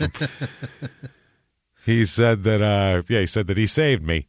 So the Bondurants, though, he said they dressed sloppy, had bad manners, and all that sort of thing. So not great. They said that also here is a guy named David Duggar. Now, he'll later on have a daughter named Gwen Duggar, who we'll talk about, who's about 10 years younger than the twins. Okay. But David Duggar said that, quote, I've known them since they was that high. Yep. There you go. Made a gesture. Holding his hand a couple feet off the floor, it says. Yeah. We get it. Like, you didn't need to say that. No, yeah, he's holding it over his head. I've known him since they were 6'11". Unnecessary. We knew it, sir. That's hilarious. He says they used to come in my tavern a lot. They weren't like other people. You know how most people come in and sit down on a stool and have a beer? They couldn't sit still. They were always up and moving around and messy. You had to run around after them with a towel. They get a draft beer and drag it all over the place, spilling it everywhere. What? Jesus Christ, just showing up being a disaster at the bar? What the fuck is that? You walk around and spill. You get a bottle, motherfucker. What are you doing? Or you get kicked out because they think you're drunk already. Just sloppy. One of the two. And this part, there's some quotes here that come from this kind of a short book that I'll give you the name of later. I don't have it right here. I'll give it at the end of the show here. But they had some quotes I didn't find anywhere else, so I got to give them credit. So he says, this David Duggar also says that one event stood out in his mind. He said, quote, I used to keep a big pot of stew going. What? At the bar. In his bar? Yeah. Who doesn't want booze and stew? Sauce and stew. You know how it goes. Yeah. What is this? Minnie's haberdashery? Why are we? I love stew, first of all. I don't some love bread. Yeah, but I don't love just random bar ass stew. No. No, I don't want butts. I mean, I don't want some cauldron of bar. Yeah. Crock pot stew that's been there for how long? Well, he says, I used to keep a big pot of stew going. That sounds like they just keep it simmering overnight, and it's just a constant stew pot that he's scooping out of. There could be meat there from 6 months ago. We don't know. But who knows? He said, a lot of my customers like stew. All right. I like it hot, and I always had hot sauce on hand. Hot sauce to put on. One day, one of them, I couldn't tell them apart unless they was together, so I don't know which one it was. But one of them was in my place, and he told this other guy, I bet you I can drink 2 bottles of hot sauce. Oh, boy. Oh, no. It's going to do terrible things to your stomach, dude. Yeah. The other guy says, what do you want to bet? And Bondurant says, a case of beer. So the guy says, all right, David, give me 2 bottles of hot sauce and I'll pay for it. I said, no, if he can drink 2 bottles, I'll set them up on the house. And I handed him 2 bottles of hot sauce. And then he drank them. So he said they were new bottles with the plastic still on them. I turned around to get a glass because you know how hard it is to get hot sauce out of one of those little bottles. Anyway, while I'm turned around getting the glass, he sucked both those bottles dry. Sucked them. Oh, my God. Out of that little... Yikes, yep. Out of the little hole. A little tip. Oh, my God. Anyway, Jesus Christ. And the other guy shook his head and says, give me a case of beer. I set a case on the counter. Bondurant took it and walked outside. He was riding this little motorbike. He put the case of beer across his lap and rode off. He put a case of beer on his lap? On his lap and rode off on a little motorcycle to be shitting his brains out for the next week. He's going to be sweating. That's not good. What kind of an iron stomach do you have? I don't know, but I feel like the bar owner got away with one there. Get that guy the fuck out of here. He's just a menace thrown anyway. Up everywhere. Yeah. That's what I mean. Yeah, if that gets him out, great. But yeah, I knew 2 guys that did a habanero eating contest. They ate less than 15 apiece, and for a week, they were all fucked up. They were sweating all the time. Like 3 days later, the one was like, I went to the gym and I started doing stuff, and I just started dry heaving out of nowhere. He goes, and I can't hold anything down, and like I'm all fucked up, and they were bright red. You've got to assume that's just the way life's going to go from now on. Yeah. It's just never going to stop. Oh, like a week into it, they were just like, I can't do it anymore, man. And like the one guy, a couple days later, just had like a gallon of water he would carry, and he'd take a big sip, and then he'd just throw it up next to him because he couldn't keep anything down still. It was horrible. So here's another story from their childhood. This is also David Duggar here. He says, wow. He says they saw that back when they say that back when they was younger, their daddy bought a calf to raise. So this is kind of local lore. Local lore. This could be, more of a urban legend. Exactly. Yeah. That's the word I'm looking for here. Could be an urban legend. We have no idea. So he said he was showing them how to bottle feed the calf. His wife come to the back door and called him because somebody was on the phone. He gave the bottle to the boys and told them to feed the calf. When he comes back, the calf was laying there dead. He asked them what happened, and they said that the calf wouldn't suck the bottle, so they took a 2x4 and killed it. Oh, my God. Yeah, they just beat it to death with a 2x4. Yeah, there's there. And then he talks about the cats with the lawnmower as well. So veal parm. Yeah, we're having definitely veal parm tonight, I would say. Well, I mean, Jesus Christ, man. Put some sauce on the stove, sweetheart, because, hey, Polly. Simmer the gravy. Put some rigatoni in. It's time. So that's what's going on with this. They graduated from high school in 1973. Pat says he went to Martin Methodist College for a semester, although there's no record of his attendance at the college. But there are professors that remember him, so maybe they keep poor records. Who knows? Shortly after that, he gets a job with the Pulaski Rubber Company. This is the Pulaski Rubber Plant. They make rubber that goes on rubber mats for school buses. So they make like the rubber floor of a school bus. Oh, that fucking runner that goes down the middle? Yeah, that's what they make. Like how would you make? That's just like a machine that puts out a sheet of fucking rubber, right? I guess, and I don't know how many buses are you really after. Are there new buses coming in constantly? Because it feels like these buses I see around look like they've been around a while. None of them. They don't look like they keep pumping buses out for schools. I don't think they get a new fleet every year. No, but he's going to start there in 1973 and work there for the duration here, Pat. Okay. That's his jam. They said that the brothers, this is their first time apart now. Pat gets a job at the rubber plant, and Pete's got to find his own way. Yeah. So, because Hugh goes by Pete. That's what they call him. So Pete and Pat. Pete goes his own way, and he moves to Cincinnati, Ohio, and he gets married. Yeah. That doesn't work out. That's who knows what even happened. That was very brief. And he just spends his time hanging out, getting shit-faced. That's all he does. Yeah. Hangs out with his friends, gets shit-faced, and all that. Pete tried to get a job like Pat, but he could never hold one for a long time. He He ends up going into the U.S. Army in September of 1973, but he's only there for a month and a day. So, and he's granted an honorable discharge somehow after a month and a day. How did he negotiate that? Is it medical, maybe? Could that be it? Did they get him in there and be like, his heart's going to explode? Like, we can't have him. In much worse shape than we thought. We thought he's been just eating stew and hot sauce and beer. That's all he drinks and eats. We can't it's not good. treat him like Gomer Pyle here. No. We got to let him go. He's going to die. Remember, see that big wall? There's no way he's getting up that alive. No fucking way in the world. So he's gone from the military with his honorable discharge, and he works at the Elkton farm supply store for a while. Okay. Then from March of 74 to July of 74, he is at the Shady Lawn Truck Stop. He works there. The Shady Lawn Truck Stop in Elkton, by the way, has a giant chicken outside of it. Oh, I looked it up. It has a huge, like, fucking giant chicken that you can see. A 30-foot high chicken? I don't know if it's 30 feet, but it's like that, like a big giant chicken you can see from down the road, and that's to tell you to come there and get gas, apparently, and maybe eat chicken. I don't know. See, Jimmie would eat that and have terrible diarrhea. That's what he would do. He would eat that on a road trip. So anyway, in July of 74, he also goes to work for the Lipscomb Trucking Company. Okay. Out of Jackson, Mississippi, but that doesn't last very long either, obviously. So late 1974, Pete, that's when he's in Cincinnati. Since none of this works out, he moves to Cincinnati in late 74.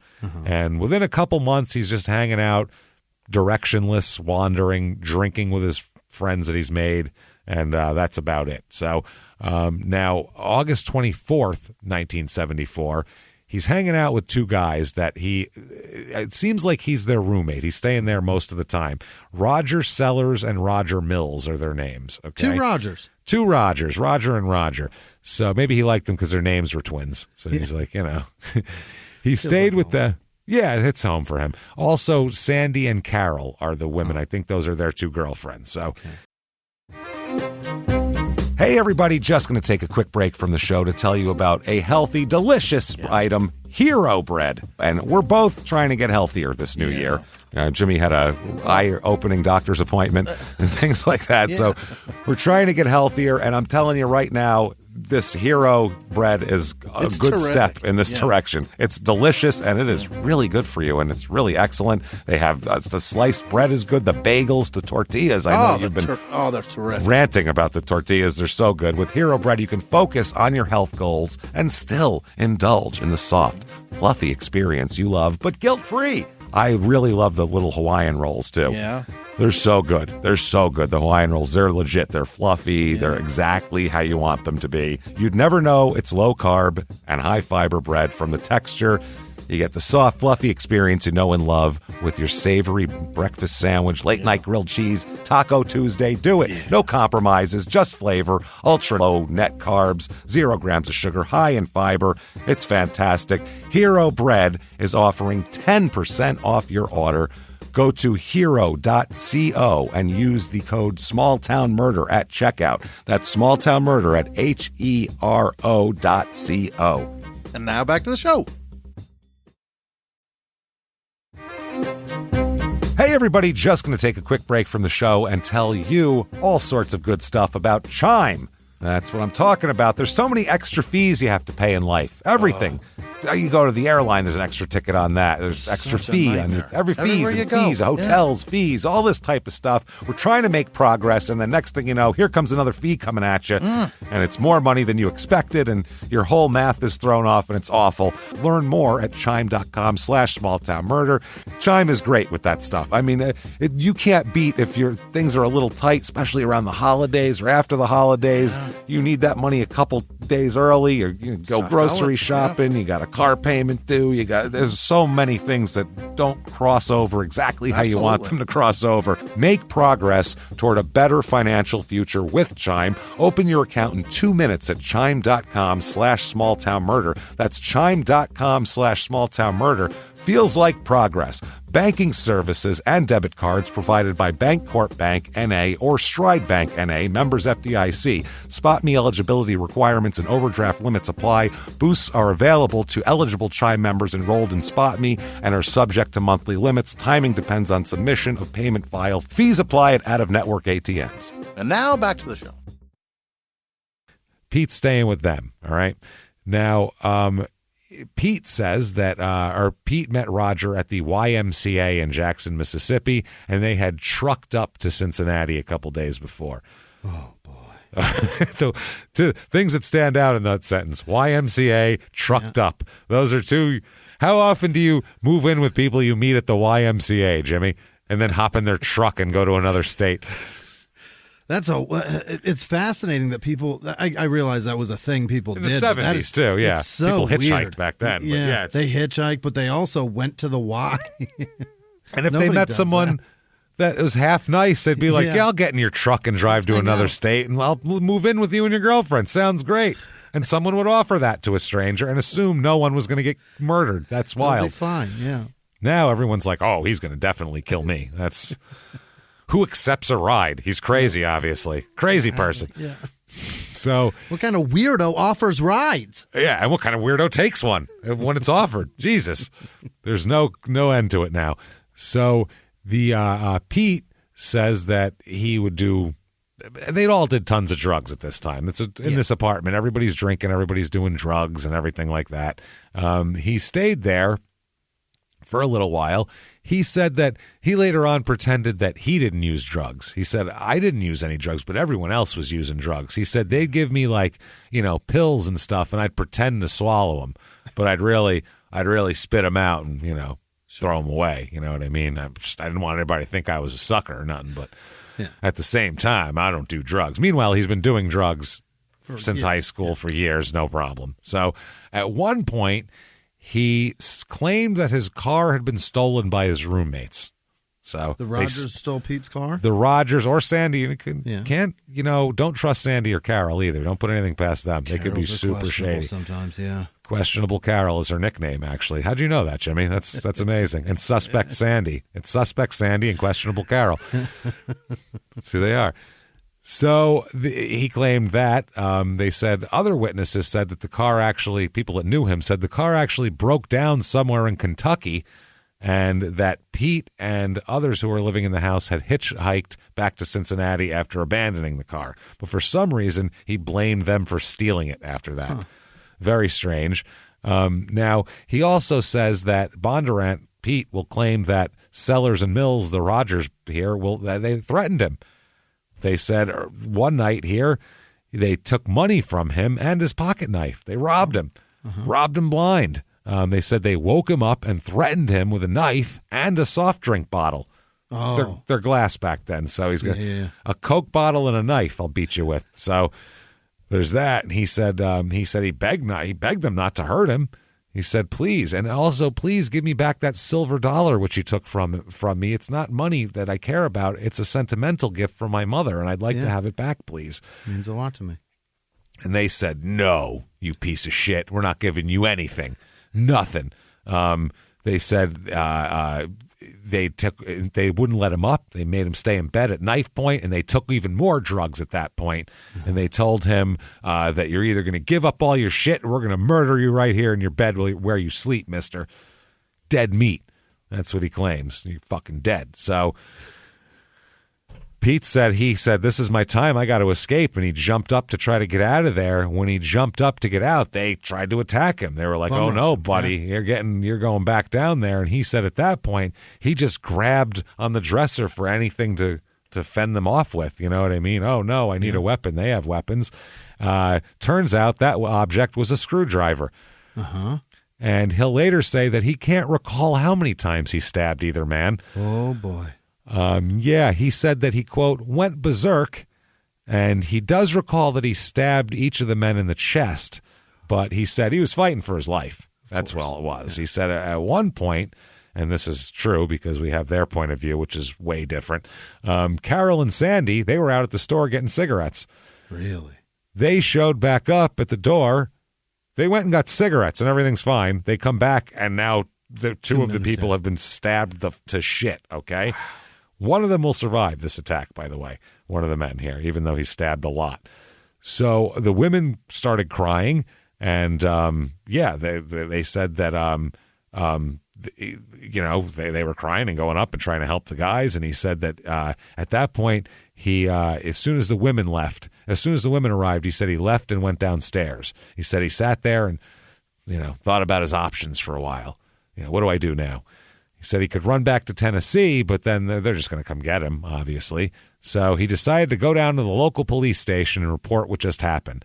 So he says he was walking out in the street toward the police station, and what do you know? Gosh darn it, police cars came on up looking for him. So, thank God. Oh, good. Guys, I was just looking for you. Perfect. For you, yeah. He said he flagged them down and told them what happened in the apartment. And, he said that he said, quote, I don't know how the judge is going to take it, but to me it was self-defense. It was either me or them, and my neck is just as precious as anybody else's. Okay. That's what he told them. That's how it is. Now, a little bit different when they talk to Sandy and Carol, and they find out Sandy's 17, by the way. So, I mean, they're all pretty young. And they said that for the few days before this whole thing happened, he'd been flashing a knife around. And the other people, to the point where they had to start asking him, can you stop fucking whipping a knife around all the time? You're making us all uncomfortable. She said that during the time that he stayed at the apartment, he would ask Carol to marry him all the time and to go away with him. Roger. I don't know if that one's with Roger. Sandy is with one of the Rogers, but I don't know if Carol's with the other Roger or if she's just Sandy's friend. So either way, she's gotten many marriage proposals from Pete. Okay. And marry me and run away with me and all this type of shit. And she said that one day Pete had suddenly threatened to call the police because he said Roger Mills was a wanted man. And then, out of nowhere, he just accused the other Roger Sellers of stealing his car. So she said it was just like one day he freaked out and was like, you did this and you did this and he stole my car, and he started fucking going nuts. So Sandy and Carol said that they went to buy cigarettes and soda about 10:30 or 11 p.m. When they returned to the door of the apartment, now it's locked. Well, they didn't lock it when they left. She said they knocked on the door, and Carol called out, open the door, it's us. And when the door finally opened, Pete was standing there covered in blood with a knife in his hand. Oh, my God. He got his knife back? Yeah, a knife in his hand now. Yeah, he took it away from them. She said that she saw her boyfriend, Sandy was with Roger Sellers. He was laying on the floor just beyond the door, covered with blood. And she ran and saw Carol ran over to Mills, who was equally covered in blood. He was on the couch. She said a neighbor lady came in, and then she's the one who called the police, a neighbor lady. And it's fucking crazy. She said she got down close to Sellers, and Sellers said, quote, I never did nothing. That's what I didn't do anything to him, basically. And Sellers said that, quote, I was just sitting here, and he started stabbing me in the back. That's according to Sandy. Mm-hmm. She said she didn't even remember him leaving. Pete, he just took off. Like when they went to tend to the Rogers, Pete ran away, and that was it. Carol agreed with all of this pretty much. She said that when Pete opened the door and told them to come in, and they both remembered this later, that he told them, you're next. He said, come on in, you're next. Oh, boy. And they ran in. They didn't even run away. They ran in past him, and then he just left. So, I mean, he could have started stabbing them while they were tending to the Rogers. Who knows? Yeah. This could have been even worse. So she said that she started to back up, Carol did, and that Pete started toward her with a knife in his hand, and she said she began pleading with him not to hurt her, and at that point, he was distracted by Sandy going into the kitchen, and he just kind of got discombobulated and took off, and that was that. So they get to the cops get there, and they talk to Pete, obviously. They asked him, they advised him of his rights. They said, what the fuck happened? And, he said that the Rogers came into his room where he'd been asleep. Now he's got a different story now and I told you his later story. Okay. This is his now story.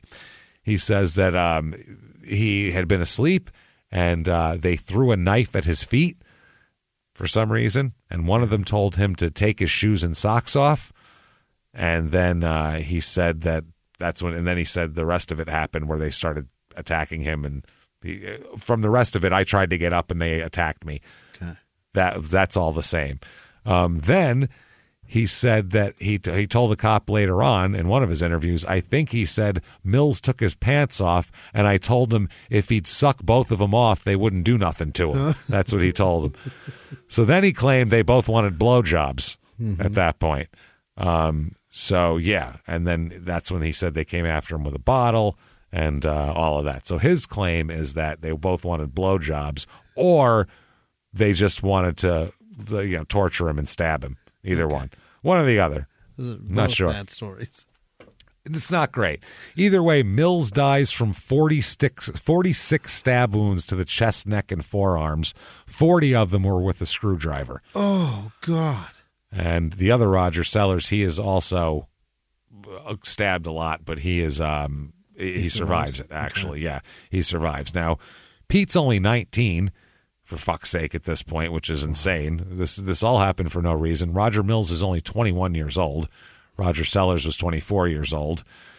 This is just fucked, man. It's completely By fucked. 19, he's been in the military for a month, held all these jobs, worked for trucking companies, and he's already in Ohio stabbing people. 19. Wow. Most kids are they don't even leave the house by 19. Dude, They're that's still amazing. Home, just hanging out. So later on, his attorneys will try to say that there was a big party in the house and that there was a ton of people there and that everybody was taking drugs and that anybody could have stabbed him, But he told the patrolman in the street, quote, "Here I am. I'm the one you want. I stabbed him." That's pretty clear. Yeah. And also they said that they thought he was joking till they saw the dead body on the floor, the girls at the door. Because they went and got cigarettes and everything was fine. And then he's got a knife and he's like, "You're next." And they're like, "Yeah, whatever, dude." Oh, they thought he was joking. They thought he was kidding. They thought he was. The cops did. I was no. We take everything said seriously. The girls thought he was fucking joking. So there was that. Now, Pete ends up at the State Reformatory in Mansfield, Ohio on January 10th, 1975. Later goes to the State Correctional Facility in Lebanon, Ohio. He is in prison for just over 5 years, 5 years and a month. He is sentenced to 15 years, but he ends up doing way less than that. Wow. He's released on February 7th, 1980. And he's paroled then, and 5 years and 28 days he served. So that's crazy. Not a whole lot. Now, there's an interstate compact that allows states to exchange paroled and probation people from one state to another. Pete's parole was transferred to Tennessee, where he's from, and his parole officer at the time was, saying that they approved it all. And so he had been convicted in the state of Ohio, not Tennessee. The conditions of his parole were defined by Ohio state law. During the 80s, an Ohio parolee served only 1 year when placed on parole, regardless of length of imprisonment. So you couldn't set you're on parole for 5 years. It would only be 1 year. So whenever you let somebody out, you better think they're going to be great in 1 year. By then, they're going to be ready. So after his 1 year, he works at the Athens State College Library for a year, and then everything is completed and done March 31st, 1981. No supervision. All good. He's good now. Attempted murder of one man, murder another. 6 years later, we're free and not tied to anything. 5 years and a month for 25 years that he got for manslaughter. Holy shit. Yeah. He immediately hooks up with Pat again, obviously, with his twin, and they live in Elkton, Tennessee, which is a very small town, less than 500 residents in that town at the time. Very small town where they begin to sell drugs to everybody. Oh, yeah. They hang out and they sell a shitload of drugs. They say for 3 weeks in 1984, Pete worked for a Ramada Inn in Atlanta, but then he was gone. Can you imagine? Yeah, him at the Ramada. You're staying at a hotel and there is an actual manslaughterer here. Hi, he's probably the maintenance guy, too. You call him at 2 a.m. when something's broken, he comes in your room. Perfect. That guy shows up. Jesus. He also said he worked for Braco Brakes as well in Atlanta for a minute. But either way. He stabbed people with a screwdriver, and we give him a job where he's got all the access to all the screwdrivers. Well, he's good with a knife, so later on he also worked as a cook as a cook for a bowling alley. Unbelievable. So there's that. Anyway, now Pat, on the other hand, Pat's been doing the same thing the entire time. works for Pulaski Rubber, doing his thing. Coworkers said that he's a generous, helpful, polite, trustworthy guy who's committed to his son, who, by the way, I don't know if is actually his son or just like kind of his stepson that he's had since he was a baby, so he kind of takes him as his son. I'm not sure yet. Either way, they also say he loves to get fucked up, though. That's one thing about Pat. They said weed, booze, other narcotics, anything he can get his hands on, including standing over the paint tank at work huffing the fumes. He does that all the time. I'm going on break. I'll be at the paint tank. I'll be at the paint tank. No, I'm not. You guys go ahead. I'm spending my break inside. That's the water cooler. In the 11th grade, there was some weird shit in wood shop that you'd like this epoxy weird shit that could get you really high, and I used to smell that all the time too. But that wasn't my job. I was at school, so I was just trying to escape from this. This is an adult hanging his face over the paint tank. Oh, guys, this is wonderful. They're like, Jesus, this is fantastic. Like it's boiling water, and he's got a stuffy nose. Right? He's got a towel over his head. He's got a towel over his head there. So, yeah, he'd do all of that shit. He's taking anything he can get his hands on. He develops hepatitis multiple times between 85 and 87 from IV drug use. Yeah. He's got so many problems. Later on, he'll be diagnosed as a diabetic as well. Yeah. But he likes pills, speed, amphetamines of all kinds, alcohol, weed, LSD. He'll shoot shit. He shoots meth. He shoots fucking opiates. He'll do anything. Literally any drug in any possible ingestion method, he will fucking do it. He'll jam, snort, drink, or fucking poke it into himself. He is a vessel for chemicals. That's all he is, man. And apparently Arby's, from what I understand, because their physique is getting larger and larger, both of these guys. So 1983, Pat marries a young woman here. He marries Denise. Now, they'll get separated in August of 86 after a fight, which is we'll talk all about. But we'll talk about what's going on during that time. During the fight, she comes back and forth, though. She doesn't leave forever. During this fight in August of 86, she was pregnant, and he was on the floor choking and hitting her while holding a gun to her head. Denise's older sister broke up the fight, and then Denise went to live with her older sister in Alabama for 2 months and then came back. Yeah. So during that time, Denise had Matthew, who's the 3-year-old that we're talking about that he says is his son. Matthew has cerebral palsy. God damn. Which is really tough. I mean, Jesus Christ, if Denise isn't going through enough having a son with cerebral palsy and trying to help him, now she's got to deal with some asshole while she's pregnant being choked and hit and had a gun to her head. So Denise, while she's gone, what would happen is Pat would get Matthew's disability check from Social Security. He would get it at his house in Tennessee, and then Denise, they would have contact, and he would then give her the cash from the check every month for Matthew. Okay. So she would also call him whenever she needed other money because he's got money because he's working and selling drugs. So anyway, that's how that goes. Now, during all of this shit here, they lived in different places. From 84 to 87, their parents worked in Germany. So for a while there, the kids would rent their house as well. They'd had access to the parents' house because they were in Germany all the time. So they have this farmhouse that Pat has, and then they also kind of go back and forth to the Bondurant family house as well. Okay. So, anyway, they'd go up there all the time on the weekends. So at this point, they're hard partying, dealing all kinds of drugs, living together.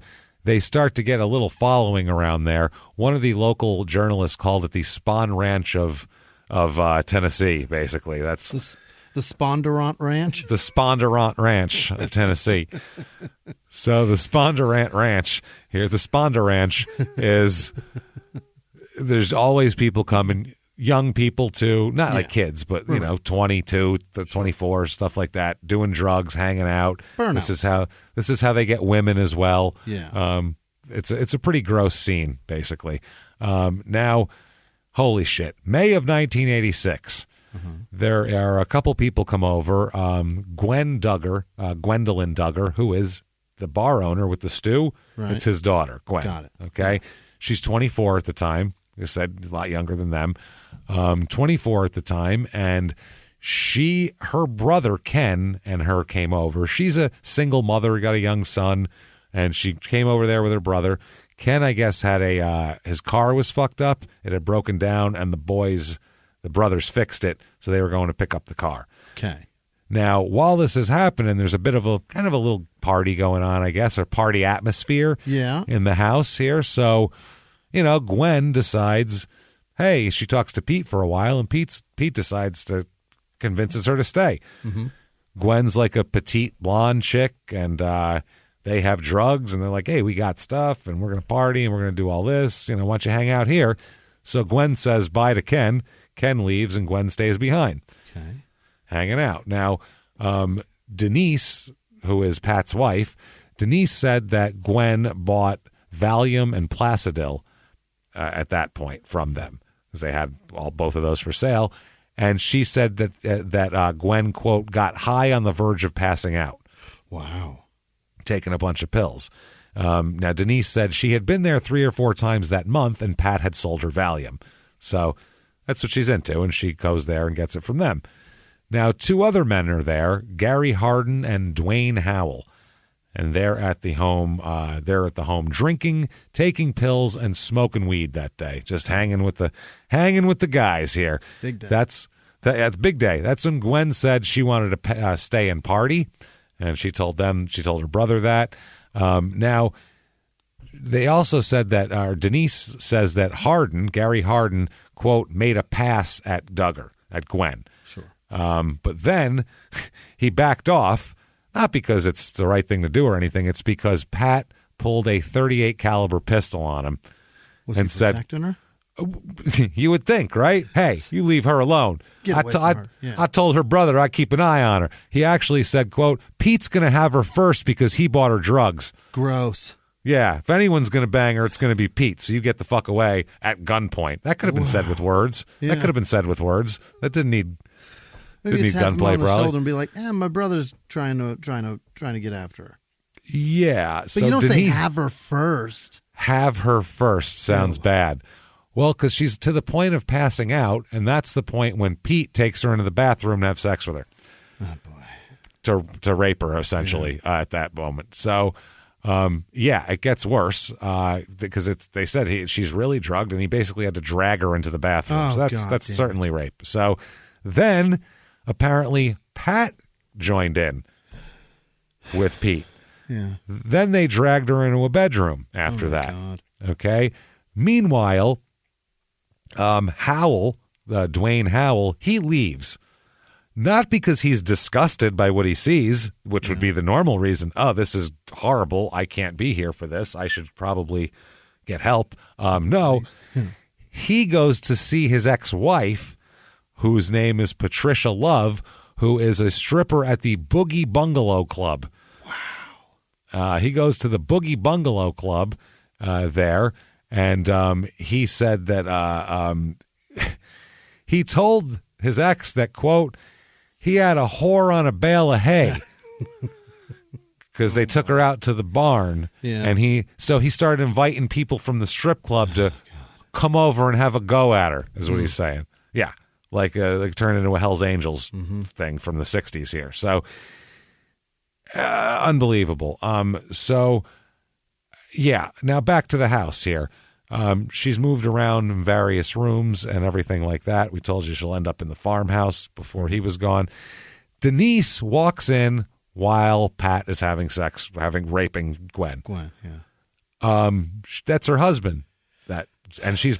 Denise is currently pregnant, and she walks in and sees her husband doing that.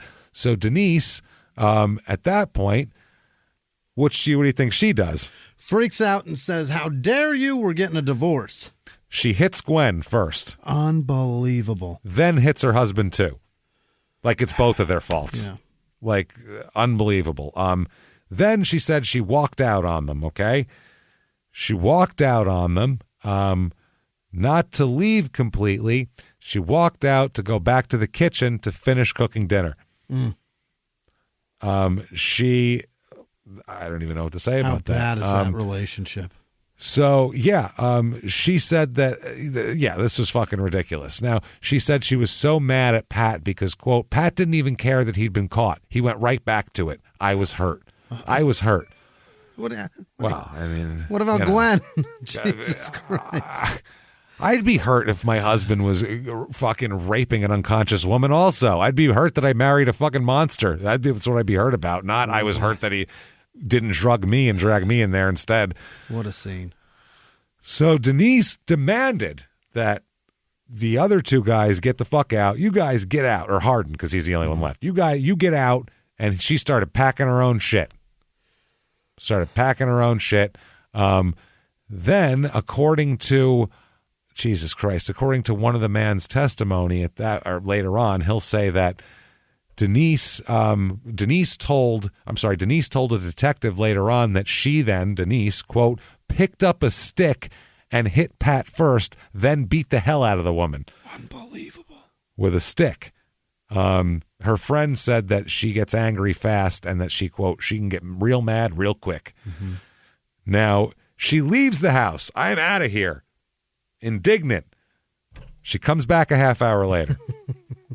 I got some more shit to say. Yeah, I've had enough. She packed her stuff and left and then came back. She realized she didn't have anywhere to go and she came back. At that point, she said she found Gwen's naked, unconscious body on a mattress there. She said she tried to wake Gwen up and woke her up and got her to her feet. But as she got her to her feet, she said Pat burst into the room with an axe handle and began beating Gwen in the head with it. Oh, dear God. Okay. He said, quote, he swung it down on her head with all of his might. He struck her 10 to 12 times before she collapsed on the ground. Okay. Denise goes on to say, quote, this is so fucking horrible, by the way. I apologize for not giving hey, heads up, this is awful, but it's pretty fucking awful. It gets worse. He says, quote, she says, Denise will say, after he got her beaten down, he began having sex with her again. What? At which point she began losing control of her bodily functions, because she's dying because she has brain injuries, for fuck's sake. So at that point, Pete came in and said, he's going to put her out of her misery. And he shot her twice in the head with a .22. What the fuck, man? Yeah. This is... could it be worse? I mean... Why would you? That's the day is out of control. You think? Yeah. Wow.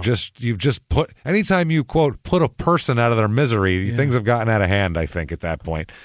So then they wrapped Gwen in garbage bags and brought her into the backyard and stuffed her into a 55-gallon barrel behind the house. Mm-hmm. And then set her on fire. Wow. Burned her. They crushed up what was left, any kind of bones, and put it back in the barrel, and then later on we'll dump it in the Elk River, the remains. This is fucking crazy. He said that now Gary Hardin, he said that Denise was definitely threatening her as well, and said that Denise went ballistic. And he also said that he saw, quote, Pat walked up with an axe handle and beat Gwen to a pulp as Denise watched. He then said Pete, saying he was going to put the bloodied Gwen out of her misery, shot her twice with a .22 caliber pistol. Holy shit. By the way, they stuffed her head first into the barrel. Of course. And burned it all night with the mattress and her clothes. And to get that hot fire, they use rubber from work. Wow. Rubber burns a long time and burns hot. And so that's what they use. And dirty. Yep. They then began to tell Denise that she could have since obviously the marriage is over, you're not down with this. I mean, Jesus. You can have the car and everything else. That's fine. I don't need it, is what he said. You got that. I'll take care of everything. So that's what's going on here. So they got a divorce after this? And she said nothing. She said, no. Well, he said that he'll blame it all on her. Okay. Is what she said. basically. Now, holy shit. He then carried Pete at that point, because he's the one who pulled the trigger. He carried 2 spent .22 caliber shell casings that he shot her with, the 2 that he killed her with, carried around him in his pocket all the time. He called them Gwenbys. Oh, my God. Gwenbys is what he does that called even them. mean? I don't know. Gwen, B-Y-S. Gwenbys. Gwenbys? I don't know. Gwenbys. And, quote, he would take them out and play with them like dice. Gross. All the time. Yep. So that happened in 86 there. Now, a little later in the year, no one, by the way, Gwen is just missing and gone, and no one knows where she went. And none of these people are saying anything because they're all afraid of the twins here. So nobody says shit. Gwen's just missing. So next, enter William Ronnie Gaines. Goes by Hippie. Everyone calls him Hippie. Okay. Hippie Gaines. Now, he has worked with Pat at the rubber company since 1973. Friends. He's their friend. They've worked together forever. They've worked together for 13 years and everything like that. Now, in September of 86, Denise asked Pat for money to help her move to Pulaski and told her that, because she was in Alabama at that point, told her that he told her his wallet had been stolen the night before while he and Hippie Gaines were at the rubber plant. And when they were out drinking after work from the rubber plant. So Pat said he assumed that Hippie took the wallet from him. So he goes, in that wallet had Matthew's disability check in it and a bunch of cash. Right. It had an endorsed disability check because it was endorsed by her for the cash. Or some drug money. Yeah. So in October of 86 here, Denise went to get the money and rented an apartment and all of that.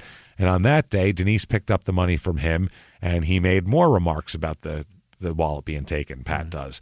He said that he's embarrassed and pissed off, and he thinks Hippie did it. And he says, no one steals anything from me or takes anything from little Matthew. Yeah. Not going to happen. He's mad. So a little bit about Gaines here. Gaines has had a rough month here. His wife, Joyce, said that they were married at this time, but her and her daughter left him a little while earlier after a big fight. Now, Gaines, after Pat's wallet was gone, he started getting a ride from work to and from work with another guy because he knew that Pat was mad at him, even though he swore he didn't take it. Mm-hmm. So, Pat told this other guy who gives him a ride that he and Pete were going to catch him in your car. The guy who gives Hippie a ride to work, he goes, me and my brother are going to catch you, and we're going to pull him out of your car and kill him because he stole my wallet. And then they go do a shift together. So Saturday, October 18th, 1986, Denise needs some more money from Pat. Mm-hmm. She looks for Pat, but no one's home. Okay, she looks around, she can't find him. So then she went to the Pulaski Rubber Company because he was supposed to be there by 11, and he wasn't there. So she found out he wasn't coming into work till 3, so she came back at 2:30 and waited for Pat to show up.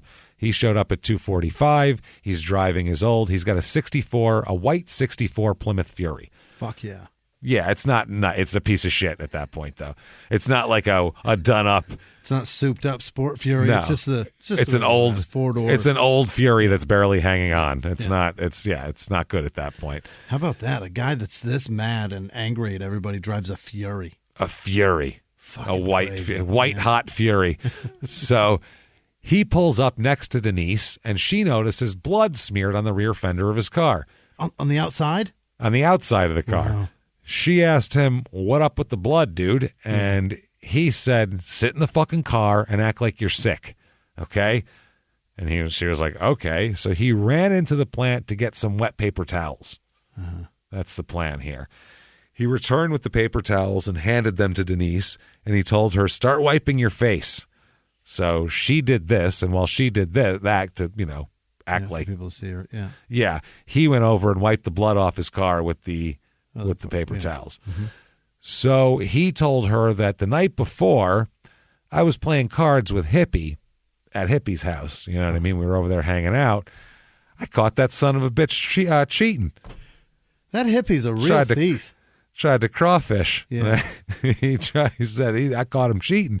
He said we were drinking quite a bit, and he's cheating. And I started thinking about my wallet being stolen by this son of a bitch, and he took Matthew's money. Little Matthew. Little cerebral palsy Matthew. Yeah. That's right. Jerry Lewis out there doing telethons and every other goddamn thing. He going to steal his money. I said, this son of a bitch. He said, I thought about it. And then on top of it, he's going to cheat. He's going to hide a king.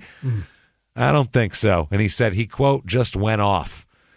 And he started beating Hippie with a small rocking chair that was nearby. With a small rocking chair, like a child's rocking chair. Yeah, baby's rocker.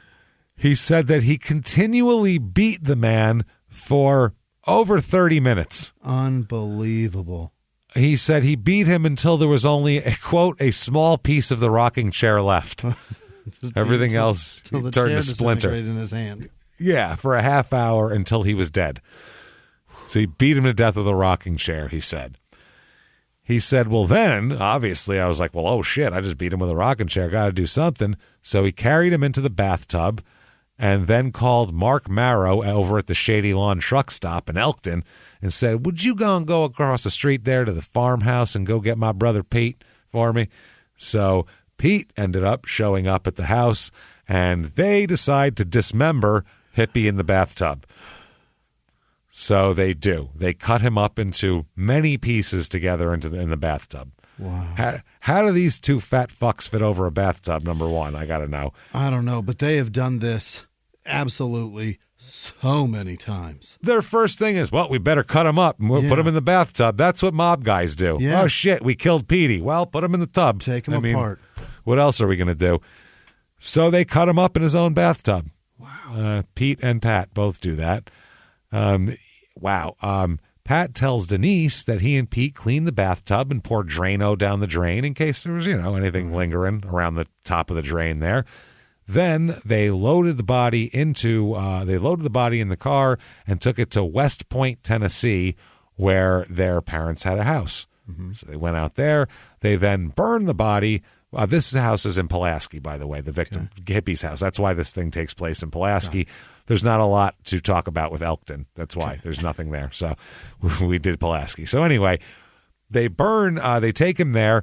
They burn him about 5 feet outside the back door of their parents' house. Right there. Just right there. They burned him, probably had marshmallows going. You fucking name it. So Denise points out that there's blood on the car, like we said, all of that shit. And he said, well, since you're the one who pointed out the blood, that means you're in on this now. So that means you're entitled to, quote, 1/3 of the burial expenses. What does that mean? That means the money they robbed from Hippie. Oh. That's called a burial expense. They took it as a fee for disposing of him. Otherwise, his family would have had to bury him. That's going to cost him a pretty penny. We disposed of him. We incurred it. Yeah. Yeah, and then we take this as our fee. That's what they did. So gave her some money, a bunch of 20s, and she noticed that they had blood on them. Jesus. So that's nice. She took it though. Actual blood money. Actual blood money. She took the money though. She then said she saw him later that night when he came to her apartment to take a bath. So she's not like, hey, get away from me. Oh, my God, I'm running to the police. She's like, come on over and wash yourself up. That's a lot. So he left around 12:30 or 1 a.m. to go to West Point because he had to do some work there. So Denise saw Pat again on Sunday, October 19th at the farmhouse in Elkton. So she went to the farmhouse for some reason, back to the place of the original slaughter of Gwen there. So Pat, Pete, and their friend Rodney Randolph, old Rodney Randolph, were at the house. Old Roddy Rand. They were at the house when Denise showed up. The three of the guys were out front on the porch drinking and using various drugs, including needles and everything else is involved. When Denise walked up to the porch, Pat pointed to the corner of the yard where there was a round lump, a quote, smoking round lump in the yard, and said, quote, that's what's left of Hippie. Yeah.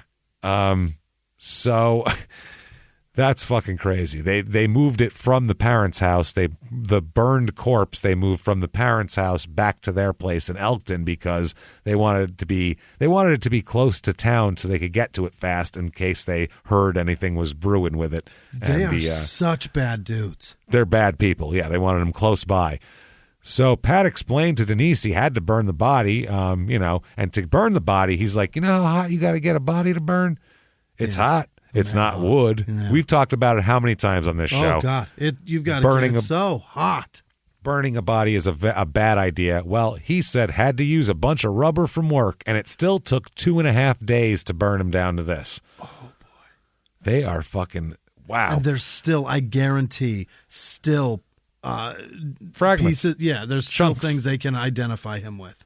There's chunks in, if you take it to a professional... Mm-hmm. If you get a professional cremation, there's still chunks of bone. Yeah. Like, you're not going to do that at home any better. Give me a fucking break. Oh, boy. So, yeah, they questioned, they talked to him about why the body was smoking still. Why is the body smoking? And they said because it took 2.5 days to fucking burn. Jesus Christ. And, God damn it, fuck. So they said that Denise stayed at the farmhouse between 30 minutes to an hour, and then the four of them went to the Tennessean truck stop. I like how the truck stop is a destination for these people. Yeah. It's like, where are you going to go tonight? I don't know, man. You want to go out to I don't know. How about the truck stop? Well, which one? The Tennessean? Well, now you're talking, buddy. They got good chicken fingers over there. So at that point, Denise, I won't say Denise, right? Well, it's Denise now because I said it. The Pulaski Rubber Company gets a phone call from Joyce Gaines, Hippie's wife, saying that he needs to be off from work until Tuesday. He's not feeling well. Meanwhile, she hasn't been with her husband in a month. It's Denise that's calling. Right. So that's all, or a week she hasn't been with him. So the four then went to a hospital in Lewisburg, Tennessee, where Randolph used Pete's Medicaid card to see a doctor and obtain a prescription for painkillers. Mm-hmm. It's just scum on scum on scum. It's a fucking triple-decker club scum sandwich. They never live above the law. No. You know what I mean? Above everything board. they do is... Everything's a piece of shit move. Yes. Everything is a scam and a scheme and a work and some shit. So Denise then takes the three of them back to Elkton, and she said that she was afraid this whole time because she didn't want to get killed like Gwen. Right. She's leaving and coming back constantly. And make this phone call for us. No problem. Like, get the fuck out of here with that. Another guy here at the Christopher Johns, who's a security guard at the Pulaski Rubber Company, said he received a call that Sunday from someone claiming to be Joyce as well. And he took the message and put it on the foreman's desk. So, yeah. Hey, everybody. Just going to take a quick break from the show to tell you a little bit about Sono Bello. You know, the most known secret with celebrities and influencers and all these famous people is so many of them have had lipo. They've had lipo, whether it's a little touch up here or a total makeover. Yeah. Nobody has a perfect body. That's the thing. No. They may look like it on TV, but there's things that help that. Absolutely. Lipo now has changed, and Sono Bello's been at the forefront with using LAL technology and getting those beautiful and natural outcomes for each person. Looking real natural. Our friends at Sono Bello are offering their best deal. You're now included in their winter savings event, but appointments are limited, so please get on this. Sono Bello doctors are masters in micro-laser fat removal, a brilliant technique that removes stubborn fat permanently. Wherever your problem areas are, tummy, love handles, thighs, arms, it's gone in one comfortable visit. Eating healthy and workouts are great. Keep doing that, but if you want to lose that stubborn fat in one visit, check out Sono Bello. Save big during their winter savings event. Schedule your free consultation now at sonobello.com/smalltownmurder. That's sonobello.com/smalltownmurder. Now back to the show. Hey everybody, just going to take a quick break from the show to tell you a little bit more about our stylish friends at Quince. That's right, let's go elevate your styles, people. Yeah. Get it going, look good out there, and you can do it now without breaking your wallet, without breaking the bank, because at Quince, you can get high-end, versatile pieces at prices we can all actually afford, which is very nice.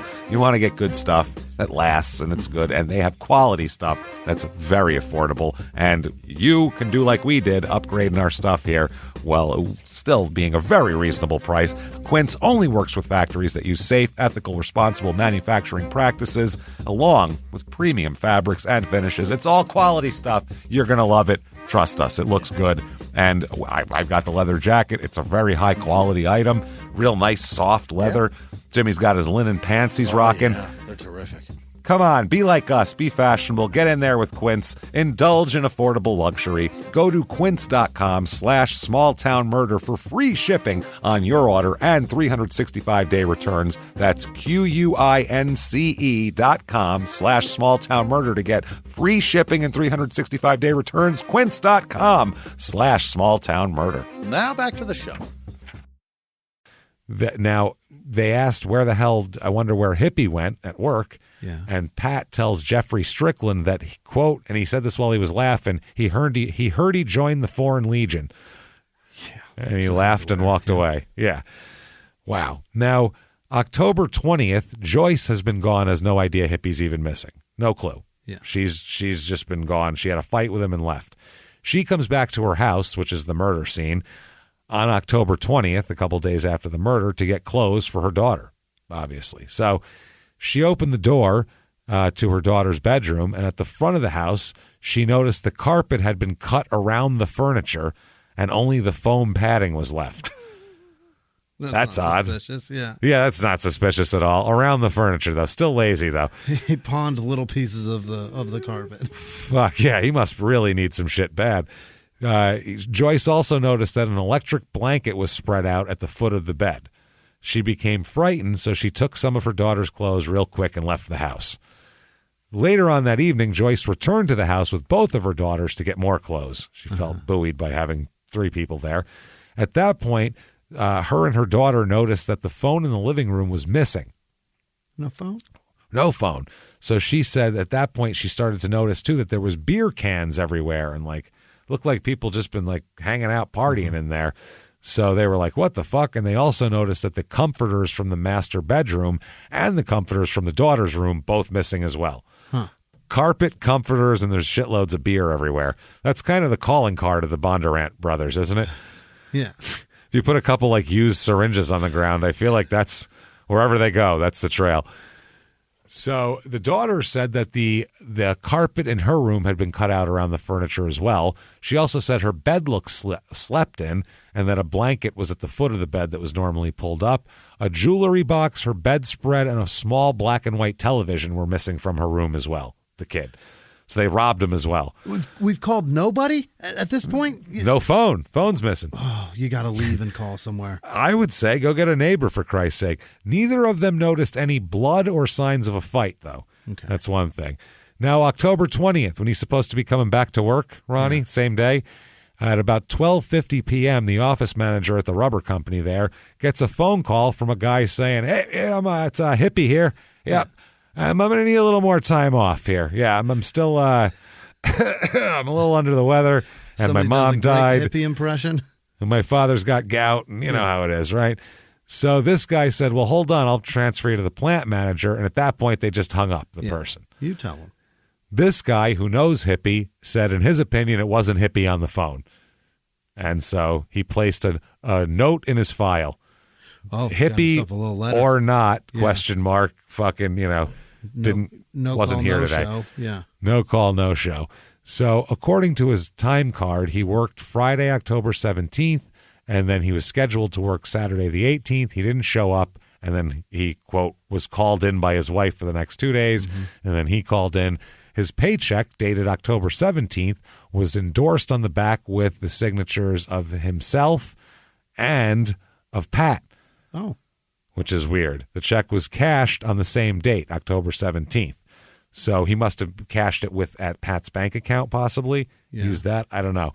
But his final paycheck, dated the 24th, was never picked up. October 22nd, 2 days after Joyce came over, saw all the carpets cut up and everything.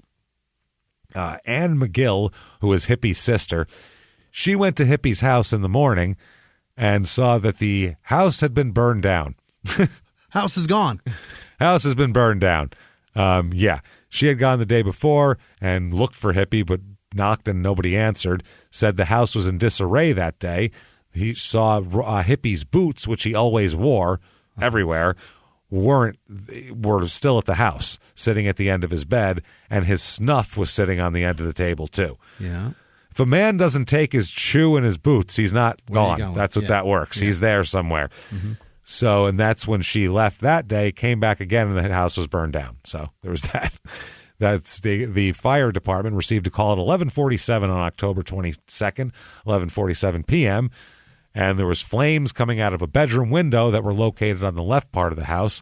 The fire was put out before it spread to the rest of the house. However, everything was charcoaled and fucked up, and the house is ruined now. So they think the fire started in the bed located in the front room, and that's how that worked. Now, the next day, Denise goes to the rubber company asking Pat for more money, and Pat said, "You know anything about Hippie's house?" And she said no, and he said, "You should drive by it and see." Well, I got a surprise. So she did, and she went, "Oh, shit." Yeah. So then she goes back to the rubber plant at 10:45 to pick him up from work. She can run. She's got a car. Yeah. Run. She's just as culpable at this point, right? Yeah, I would say. Yeah. The whole time. Yeah. Now, always. Jesus Christ. While she's waiting, Pete shows up. Mm-hmm. And when Pat comes out, Pete tells Denise how he's the one who set the fire. He said, "Yeah, I took a candle and I set it in the middle of the bed in the front bedroom of the house, and I put sheets around the lower part of the candle so when it burned down, the sheets would catch on fire." Right. Yeah, so that's what he did. Yeah. Not a bad plan. It's better than gasoline everywhere like we've seen it's a very rudimentary time bomb. Exactly. Yeah, you might as well put a cigarette in a thing of matches. Did one of those. So he said that this would give them time to get away before smoke comes pouring out everywhere. So, yeah, that's how that worked. Now, the wallet. Ever wonder what happened to Pat's wallet this whole time? Where the hell is it? The whole thing that started this? Well, about a month before Hippie disappeared, which is about a week after the wallet went missing, Billy Bass. Billy Bass? Billy Bass? That's Big Mouth Billy Bass. That's the name. Yep. It's the Big Mouth Billy Bass there. It's the name of the singing fish. Take me to the river, put me in the water thing. So he said that he saw Hippie and Pat that night at the Western Lounge, which is where they hang out. Bass noticed a wallet on the floor that night and picked it up. He took it outside. Outside, he realized that the wallet belonged to Pat, but he also saw that there was cash in there and a pre-endorsed check, so he stole it and threw the wallet away. Billy Bass. Hippie never had shit to do with the wallet, didn't know anything about the wallet. Nothing. It's all Billy Bass. It's all Big Mouth Billy Bass over here, fucking everything up. And his mouth wasn't big enough because he didn't tell anybody. So they're doing an investigation, obviously. People are disappearing all over the place, and they all seem to center around this shit here. Lane Roberts is a detective sergeant for the police department in Pulaski. He investigates the fire, obviously, and he's investigating Hippie's disappearance. He wasn't reported missing till after the fire was put out and everything, till the next day. Then they were like, "Hey, was there a guy in there?" No. Well, where the fuck is he? Yeah. His boots are there, but he's not. What's going on would here? Would it have behooved them to put his ashes in the bed? You know what I mean? Right, just a big pile of them. Yeah. Wow, he burned right up. He burned right up. The whole rest of the house is just slightly burned, but the corpse just to cinder. That bed got real hot real fast and went out. Man, them sheets is dangerous, boy. I tell you something. Never buy cheap sheets. Let me tell you right now. That's the problem. You got to buy good quality sheets. Don't buy those Better Homes and Gardens ones. No. Oh, hell no now. So, fuck, man. They said that they talked to some people here. Lane Roberts, like I said, he's the investigator. He says that Pat told him that he took Hippie, because he talks to Pat. He took Hippie, who was drunk, home on October 17th after they got off work and did some drinking. Pat said that he then stopped by the corner canteen for some drinks and then went home to Elkton. Some drinks, some hot sauce, you know how it goes. Mm-hmm. So he said that they talked to him again, and he gave a similar statement. He also said, Pat added that Denise, his wife, obviously, and Hippie went to the bank together on Thursday to cash his check. But that's not true because the check was cashed on the 17th, not the 16th. Right. So, or it was issued on the 17th, not the 16th. So also, He says that, he talks about he heard about the fire and he told Denise, I told her she should look at the fire. That's crazy. His house burned down. So enter Jerry Dickey, fire detective. Oh. Jerry Dickey Fire Dick in the house. Yeah. Fire Dick is a good nickname, unless you have, that says you have VD, though. Yeah. I was going to say, that says, I come out the house, fire come out my dick. That's what I'm trying to tell you. That's an Eddie Murphy joke. So, Jerry Dickey here, he's an investigator with the State Fire Marshal's Office. He's in charge of the fire investigation. He ruled out accidental causes and determined the origin of the fire was in or around the bed or front bedroom. Said the fire lasted about 45 minutes to an hour before being discovered. Dickey and Roberts then get together to investigate. They interview several people, including Denise and Pat and everything like that. Denise told them that Pat came over to her apartment immediately after work on the 17th, didn't leave till 2 or 3 o'clock a.m., and the fire took place at like 11:45. Okay. Couldn't have been him. Then they talked to Pat, and here's his statement. Would you like to hear? Oh, this is going to be so good. What Pat says here? This is amazing. Just based on his use of the English language. All right, here it goes. Quote, on 10/17/86, me and Denise went over to use the phone at Ronnie's house to call Columbia to get a phone put in Denise's apartment, C8 Countryside Village. I left my car at Ronnie's, which is a 1964 Plymouth Fury, white. Denise took me and Ronnie down to town to First National Bank, then to Ronnie's house. Ronnie and I left in my car, and I went to Dixie Food and got a plate for supper. Okay? Yeah. A plate for supper. And brought to work with us. We also went to Walmart where I bought some toiletries. Yeah. What toiletries does he use? Not toilet paper. I figure he wipes with his hand. Yeah. He doesn't probably wash his hair. Shampoo isn't involved here. Does he brush his teeth? It's not floss. I was going to say, definitely not floss. Yeah. So he says afterward, on 10/17/86, I left. Ronnie left with me, and we went to Village Market. I bought a cold drink, and Ronnie bought a crossword puzzle book. All right. I let Ronnie out at his house, and I went to the Western Lounge. It was band night. Yeah. Whoopity-dippity-doo. After leaving the Western Lounge, I went to West Point in Lawrence County. I stayed with my brother Pete on the 18th of October, and I called in that I would be late. Ronnie did not report to work that night. On 10/19/86, I was off work. On 10/22/86, I went by Ronnie's house before work, stopped in, and Ronnie was not at home, or at least didn't answer when I called out for him. I did not go past the kitchen. So he went into his house. So he put himself at the scene of the crime. To make sure, say, we found your fingerprints. Well, yeah, I was looking around for him. Right. I couldn't find him. He admitted that he didn't go home that night to Elkton. He said that he met Terry Lynn Clark, his girlfriend, at the Western Lounge on October 17th and took her to the house in West Point where he and his brother Pete had sex with her.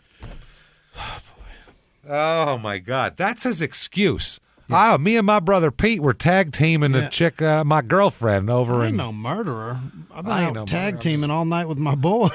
Come on now. Me and my brother tag teaming my girlfriend. So, yeah, Terry Lynn Clark is his girlfriend. Oh, Jesus. He then, so she's an alibi now, Terry Lynn Clark, because that's who they both say they were. They both had their dick inside Terry Lynn Clark is the story. Couldn't have been the murderers. They found both of their penises in the same place at the same time, and unless someone was murdered right there, wasn't me. So Terry Clark, put me in jail if my alibi is ever James and I were double teaming somebody. We're double teaming somebody. Well, how about the poor young lady you then have to go talk to and go? Yeah. Now this is very important legally. Now, were you fucking those two fat bitches at the same time on this night? You got to go. Now that's in the legal record. Her admitting to that. That's terrible. Poor thing. That's not fair. No. So now Pat also said, "Hey, do me a favor though. Don't write that down in the report, could you?" Well, I have to. He said, because I don't want my wife to find out. Oh, Denise Jesus. just gets real mad point. about stuff and everything. I don't want her to know I was tag teaming. I have a girlfriend, not only that, but tag teaming her with my brother. Last time she found out I had to murder the woman. Oh man, Jesus, she's lucky I didn't murder Denise too. So now at this point, they have to verify the story. Mm-hmm. Okay, so They go to verify the story, and by the way, here is they go to verify the story. Here's a back and forth between a lawyer later and the cop who went to verify the story. All right, where did you wind up going to try to contact Terry Lynn Clark? To Elkton, Tennessee is the answer to that. And where in Elkton, Tennessee? Answer, to what was known at the time, I think, as Pete Bondurant's house. And did you find Terry Lynn Clark? Yes, sir. Did you take a statement from her? No, sir. Well, why not? Because she was dead. Oh, shit. Yeah. She's dead in the bed at the house when the cop comes to see her. They found her. Dead. It's in her. Yeah, they found her dead. The cop found her dead in the house. So November 17th, 1986, that is. And they set up they had set up the day before, they had set up an interview with Terry. So Terry was expecting the cops to come over and talk to her. This was 2 days before the interview, and then they come over to talk to her, and she's dead. So the brother saying witnesses now, or not even witnesses. She probably had nothing to do with it. Who knows? Yeah, she just wasn't going to maybe corroborate their alibi. Weak link. They thought. So the brothers themselves had called the police, reporting that she either died in her sleep or possibly of an overdose while she was in bed sleeping with Pete. With Pete, too, because it's Pat's girlfriend, but he doesn't want his wife to know. So they even lied about that. So Pat told the cops that he and Terry Lynn had traveled out of town the night that Hippie disappeared, but obviously now she can't corroborate. Oh, please wake up, sweetheart. I need your words to save me. Tell him, Terry. Tell him how innocent I am. So, later on, several witnesses would come forward to say they observed Pete shooting Clark up repeatedly with powerful, secabarbital while she sat half-conscious on a beanbag chair the day before. So, yeah, that's not good. Now, there's a guy named Carmen Woods, and it's a coworker of Pat's. After the Hippie's house had burned down, Pat told this coworker he thought Hippie had, quote, burnt the house down himself and run off. And then that's what he's been telling people. Must have burned him down himself. Yeah. And then one time, Pat said that anybody who would steal from Matthew would never steal again, and he would make it to where the family couldn't receive the insurance money if they were unable to find the body. And then he started to walk off, but then he turned around and said, yeah, I killed the son of a bitch. That's not good. Now, they said that one of the coworker who heard that described him as jittery when he said that. And then another coworker said that they said, quote, wasn't no SOB going to steal his crippled son's welfare check and get by with it. His crippled son. Ain't going to hurt this little crippled bastard any worse than the goddamn Lord already has. You understand me, boy? His crippled son. Nobody going to hurt my little cripple. I call him Crip. No one going to hurt him. So, my little pretzel boy. My little pretzel boy. Now, they also told Rodney Randolph at another time that if you cut up a body in pieces and scatter it over 4 or 5 states, it's really hard to make a case because there's no body. And we all know no body, no crime, as Bob Marley once sang wonderfully. And that's what they kept telling everybody. No body, no crime. No body, I can't get in trouble. That's it. You just get rid of the body. Fascinating. So Rodney said that, Jesus Christ, Rodney had lived with them, by the way, when Terry Clark died in the house, Rodney Randolph. And they said later on when asked why he stopped living with Pete and Pat in Elkton, he said, well, I had some clothes and stuff down there that work clothes. I stopped and changed clothes and stuff. And as I was going to Ardmore, as my ride would pick me up to Ardmore. And about that time, Terry Lynn was found in the house. So I didn't go back for like 2 or 3 weeks to get my clothes. It's a bad place to be right now. Yeah, not good. So it's at this point here that Hippie's wife, Joyce, is granted a divorce on grounds of desertion. She hates him. She's so mad. Yeah, she wanted a divorce anyway, and she's like, fuck, just because he's dead doesn't mean I'm going to be married to him. Fuck him. She's granted a divorce on grounds of desertion because he died. She didn't like him in the first place. No. She's not Maury's wife. No. She wasn't looking. Where's now? He's never not come home. Never that shit. Fuck him. So spring of 1987, holy shit, Denise and Pat went to the house in West Point to cut the grass, the parents' house where they had burned Hippie, to cut the grass for the parents there while they're away. While cleaning up the backyard, Pat found a 4-inch bone at the spot where he had burned Hippie's body. Yeah. 4-inch bone. When they left, he just took the bone with and threw it out the window while driving down the highway. Don't need that no more. 1989 comes along. 3 years have gone by. Unbelievable. They have killed three people. Yeah. In front of other people and told even more people about it, and they're still walking around the streets. That's how scary they are. That's how scary they are, and that's how, I'm sorry, this fucking police force needs to get their head out of their asses, I think, a little bit. It's not totally their fault, but dude, there's fucking evidence to be found. Yeah. Let's just put it that way. Plenty of evidence to be found. No one's fucking finding it. So, are the police scared of them too, you think? I don't know. I can't imagine they would be. I don't know. Who the fuck is that what we're talking about? This is why we say the small town police force is because if your police force is afraid of 2 fat fucks in a farmhouse who have a bunch of drug addict kids around, that's a shit police force. Yeah. You need to call in the county or the state or something like that to help out because this is pathetic, man. They murder very There's people rudimentally. murdering. Yeah. Yeah, this isn't a complicated setup. People don't disappear. Right. They kill a guy, they burn his house down. A woman sets up an interview and then they kill her 2 days. What are we kidding me? That's so obvious. It's fucking obvious. So anyway, it takes 3 years later and a completely new investigation. They shut that investigation down. Well, I guess all 3 of them people vaporized. Yeah.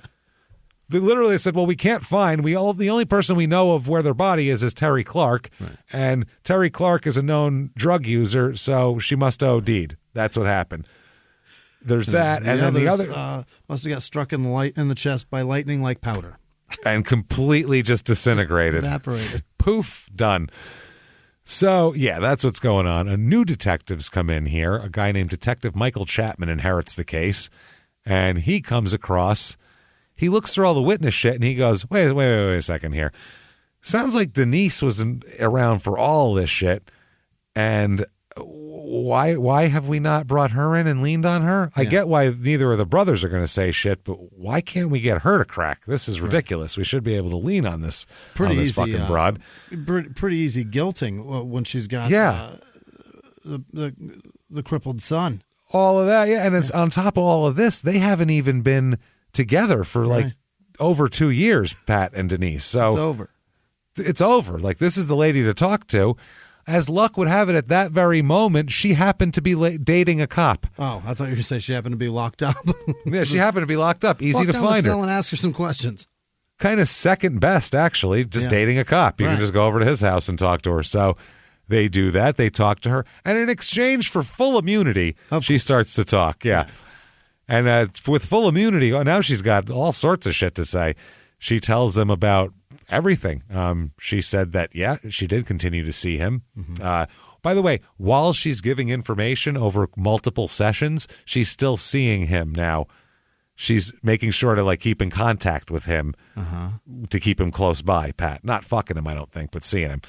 So she gave a written statement on May 1st, 1990. This is after several different kind of proffer sessions here talking to her. So wow.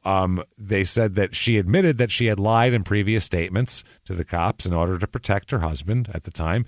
She indicated that she waited to talk to the cops because she was afraid of Pat and Pete after she saw the Gwen Duggar murder. She's like, well, I wasn't going to tell about Pat Gaines. Look what they did to poor Gwen. Yeah. It'd do worse to me. You participated in that murder. She got shots in. Mm-hmm. So that's... Yeah, you're involved in that. I'm sorry. Yeah. You're in a similar position of Aqib Talib. You got shots in while the person was still alive, but then someone that you were in cahoots with killed them. Right. So you're kind of involved in that at that point. You're part of this. Allegedly, with Aqib. Right. So anyway, they said that she said that they told her that they would blame the whole thing on her. Yeah, she raped them a bunch of times and then killed her. She raped Gwen and put their semen inside her. Absolutely. Yeah. That's what she made them the whole thing was her idea. And then she bashed him with an axe handle? An axe handle and shot her twice in the head, and then gave the shells to Pete to play with all the time. Roll them dice. Gwenbees. So they said that, or Denise said that they were asking her because she was pregnant at the time, you want to have your baby in prison? Right. She was like, no, I guess not, and that was that. So April 1990, they go arrest Pat at work at the Pulaski Rubber Company and take him to jail. Pete was taken at a roadblock while in the car with his parents, we'll talk about, too. He's taken at a roadblock at 8:45 in the morning. They're kept in separate jails because they're they're afraid, number one, they're going to conspire together, and if they ever get physically in the same location, it's going to be difficult for the jailers to control two 350-pound guys working toward the same cause. So they said they're absolutely an escape risk at that point. So they move them somewhere else, each separate. May of 1990, after they take Denise's statements, they get a search warrant for the West Point property to find, shit. So they bring out forensic anthropologists, a whole team of them, which they can find stuff. They're pretty good at that. Yeah. They're going to go through the whole thing with like a screen, like they're panning for gold or something. And ground-penetrating radar and shit. All of that. Mm-hmm. The fire marshal's trained accelerant-detecting dog alerted on an area determined to be the spot that was described by Denise as the place where they burned. That's where they started digging. Denise shows up later for some reason, I guess to point stuff out. I don't know why she's there. And confirmed that they were digging in the right space, the right spot. And then she later led the police to a barrel where Glenn was burned, where they found the only thing left of Gwen is a diaper pin that she always wore on her shoe in honor of her son. Oh, for Christ's sake. It's the only thing of her that was left. Everything else Thank God she gone. used cloth diapers. Fuck, no shit. Jesus Christ. I don't know. They were on her shoe. I think it was like No, she used them. She used cloth diapers for her baby rather than like Pampers and shit. No, I think she had a pin just on her shoe as like a thing for her kid. It wasn't to use on the kid's diapers. She might have used cloth diapers. Yeah. Why would it be on her shoe while she's out doing drugs if it's not? It'd be on her kid's ass. Because the diapers now? I think the kid's young. I think it's just like still in diapers? Got it. I think the kid's still in diapers. Or she might use one with cloth diapers anyway. But either way, that pin isn't used on diapers. It's the one she keeps on her shoe for decoration. Yep. So the presence of evaporated kerosene was identified in one of the soil samples taken from the location as well. Now they bring in, are you kidding me? Dr. William Bass. Dr. Billy Bass they bring in. There's multiple. There's so many Billy Basses in this place. There's the other was what? Wade William Bass or something? Listen, James, those things were big sellers. This is everywhere. Dr. William M. Bass. Yeah. Dr. Billy Bass, who's the head of the anthropology department at the University of Tennessee. It was a big deal. What the fuck? Those things, everybody's got one. 2 Billy Basses in this fucking show? Evidently. What is happening? Oh, my God. They said this excavation revealed burned human cranial fragments mixed in with charcoal and burned soil, is what they found. They found 7 cranial bone fragments that were large enough to make positive identifications on, while the other bone fragments were too small to positively identify the area of the skull they came from, but he was certain they were skull fragments of a human. The larger fragments, Billy Bass testified that the bones appeared to have been broken before being burned. To stuff someone into someone who's in rigor, to stuff them into a fucking barrel. And that the irregular broken edges suggest that the blunt trauma had occurred. Yeah. He was more than half certain that some force had been applied to the skull before it was burned. Well, yeah, it was crushed with a lot. So also based on the thickness of 6 larger fragments that could be measured, he was 75% certain that the bones were from a human male and 90% certain that the bones had been there 1 to 15 years. I think you could probably say that with just about anything with relative certainty. I bet that car is 1 to 15 years old. What do you think, Jimmy? Yeah, somewhere from 1 to 15 years probably. That's a hell of a window. Wow, that's a lot. That's a window right there, man. So finally, Denise files for divorce. Now? In June of 1990, after they arrest him and get all the evidence, then she files for divorce. She said before that, she didn't see any need for it because Pat had told her that united we stand and divided we fall. We'll all go to jail or none of us will. He 9/11'd her. He 9/11'd her. We have to do it. Yeah. That's it. He told her, he put a flag in her front yard. Yeah. He told her, never forget, Never bitch. forget. Now, Denise admitted she disobeyed a court order allowing Pat's parents visitation of the grandchildren, of the grandchild, and that a contempt petition had been filed against her. She also admitted that she had used drugs, only stopping while she was pregnant, then starting up again up until his arrest. So she also, the whole time I've been helping you, I have been on drugs too. That's the other thing that's going on. Yet I have full immunity. I need help. Please get me off these. 1991 is the Gwen Duggar trial. Yeah. And, they're both up for this, obviously. And this trial goes rather quickly because they have evidence, they have witnesses, and also it's the first one they try. And, it works out very well for the prosecution here. They find them guilty of second-degree murder because there's no body. So they said it's the best they could do is second-degree murder. They couldn't prove premeditation. That is awful. Without physical, the prosecutor said, I would have liked to have had first degree in the death penalty, but not going to get it. So there we go. Now, during sentencing, Pat issues... He issues his statement during sentencing to the judge. Got anything to say for yourself, mister? He does. He's got something to say. He's got something to say. Now, this is, hey, I'm sorry for what happened and I feel terrible and all that. He's got a different thing. He says, quote, I am not guilty of any murder. My wife, Denise C. Bondurant, shot Gwen Duggar with her .22 pistol. I am sorry Gwen Duggar is not alive. Unbelievable. That's his statement. That is fucking wild.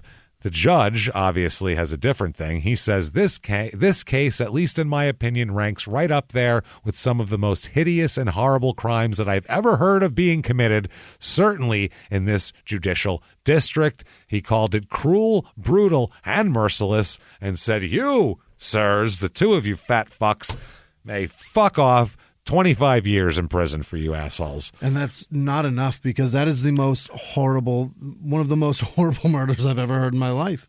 Could it be any worse? No, I think could it be any worse? I mean, we've had bad ones, but Jesus Christ, that was torturous. I mean, even to think, oh, well, maybe this Denise will help me, and then have her be like, no, I'm mad at you too. She contributed. Everybody hit her. It's fucking horrible. Did nothing to make it fast. It's all just awful. And then it's a gunshot? Horrible. Jesus. It's disgusting. So much rape. Jesus Christ. Now, a relative of hers, of Gwen's, said, as long as they're living and breathing and using up good air, I won't be satisfied. Don't blame them. Can we just all breathe into their cell and make them breathe our exhales for the rest of just their our lives? CO2 forever? Now, Mama Bondurant's got a different thing, though. Old Mama Bondurant, old Mama Polly. Polly's got words of what? Quote, my life has been devastated. I know my sons are innocent. I've never even heard of Gwen Duggar. What? Oh, well, since you live in Germany. She lived in fucking Germany for 2 years up to that point. 2 years before that happened. Every person on this planet, I've never heard of her. I don't live on this continent, and an ocean separates myself and Gwen Duggar. I don't know her, so it must not be true. Her response is the same as a dickhead on Twitter tweeting at people with blue check marks. Yeah, exactly. Never heard of her. Never heard of her. I never heard of Gwen Duggar. I know all the people my fucking sons sell drugs to and then rape. I know all those people, and she's not one of them. Oh, Polly, that's not the words, honey. No. So then they take him to trial for Gaines as well. Hippie Gaines. Oh, yeah, they're going to try him for that, too.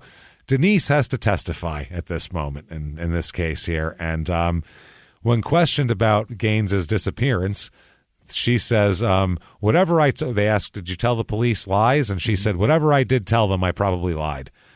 And they said, well, why was that? She said, to protect my husband. And they said, and why were you trying to protect your husband? And she said, because I was afraid not to, because of the murder of Gwen Duggar. And then the court goes crazy. Objection. You can't fucking say that. Blah, blah, blah, blah, blah, blah. Anyway, so to impeach her credibility in cross-examination, they include that recently she's fabricated an application for an apartment lease that was filled out by her, which goes against her immunity agreement, which they also bring up. Your immunity agreement you have there. Also, a list of money paid to her on behalf of her during this investigation by the cop, paid to her by not only the Bondurant boys, but then after that, since she's been an informant, they've been giving her money as well, since she's been on that. So they bring all of that up. Also, convictions that she has in Alabama and Tennessee, including her juvenile record, information about forging checks and writing bad checks, and information that she used aliases on several occasions to obtain prescription drugs. Yeah, so we know she's a piece of shit. We know she's a scumbag. That's not the point. She was married to Pat. Like, right. We get it. Scum. Right. Yeah. You think she's going to be an upstanding, reasonable human being married to one of these shitbags? She was fine with some drugged out young girl being teamed in her fucking house. Right. Just, my husband's doing it too? Oh, Jesus. I was just cooking a nice dinner. Like, what the fuck, man? So cross-examination goes, and they said, would it make any difference, they asked Denise here, where the body was if there was news about the disappearance of Gaines? And oh, no, that's the police. I'm sorry. Oh, yeah, no, she said that would give them a time limit, I guess, on the police coming around, because they knew they'd be back around, just like the case prior to this. And they argue about the Duggar thing again. They said, why didn't you leave and say, well, I've got to go home, folks. I'm not staying here for much longer with your burned body burning out here in the yard. Like, I'm going to take off since you guys are burning something. Well, because I'm a piece of shit married to a bigger one. What are you talking about? She said she kept saying the same thing. Same reason I didn't in the Duggar case. She just keeps bringing that up. Then they say, would you be surprised to know that in a crematorium, in order to burn a body to ashes, it takes 2.5 hours and 1,800 degrees Fahrenheit temperature to do that in a confined furnace? And she says, I didn't realize how long it took or what temperature it was, but in order for them to burn the body, Pat explained he had to get the temperature really hot. That's where he used rubber from the plant. He described it at what temperature it would burn at, but it couldn't have been 2.5 hours. In 2.5 days, yes, he did. Mm-hmm. So then they said, you just now said, I believe he told you it took 2.5 days. And she said, it took 2.5 days. I had already witnessed one before that took 2.5 days. So she knows what a body smells like. Yeah. And so they talk about that. And they said, and Sunday afternoon, which would not even be a day and a half later, you said you saw a smoking lump in Elkton. And she said, yes, sir. And they said, that wouldn't be 2.5 days. And she said, well, the first one, they didn't cut her up. And she said, what's that? The first murder. And then there's all objections and mistrial requests and everything like that. Now, the defense calls some witnesses, too. They have some witnesses. Catherine McCloskey.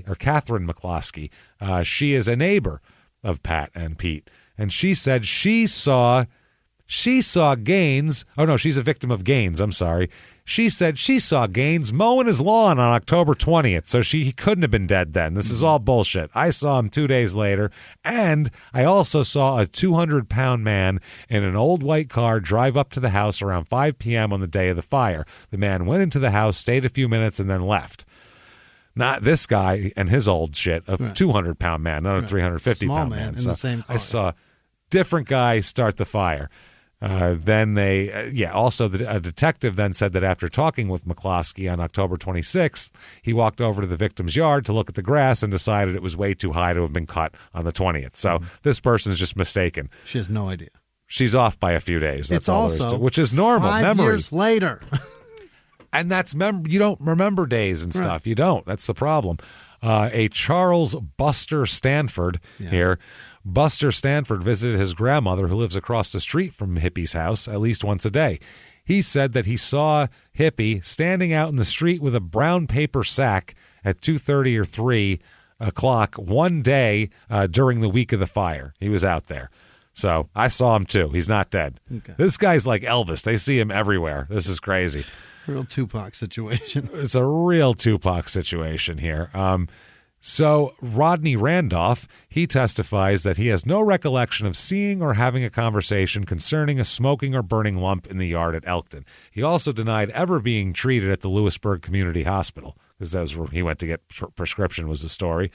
On cross-examination, he says that in 1986 he lived with the twins during the week, but he stopped staying there after Terry Lynn Clark was found dead in the house, so that's another body they're introducing into this case, and the jury's like, who now? What the fuck is happening? How many people die around these people? In the fall of 86, Travis Tidwell checked on the Bondurant's parents' house in West Point every week to 2 weeks while they were out of town. He said because it had often been burglarized, and he said that he always looked at the back door and he never saw anything burning or smoking or any sign that something had been burned or smoked. Next up, Billy Dwayne Golden. Here comes him. Mm-hmm. He's a cellmate of Pete. Oh, what's he got to say? He says that Pete told him that he, quote, took care of torture and shooting victim Gwen Duggar and then burned the body. Killed her with a tortured her, shot her, burned the body. He says that Pete confided that, quote, they can't charge you with murder if they can't find a body. Oh, boy. He then said that Pete said, quote, yeah, I took care of the bitch, is what he said. Jesus Christ. He said that he also heard a telephone call that Pete made from his security cell to someone identified as Elvis. Maybe it's Hippie. Maybe he is alive. That's amazing. He then said that he told whoever was on the phone, hold off on doing anything to Precious. That was his nickname for Denise at that point. And that, that he said that the Tennessee authorities will freak out if they have another stiff on their hands.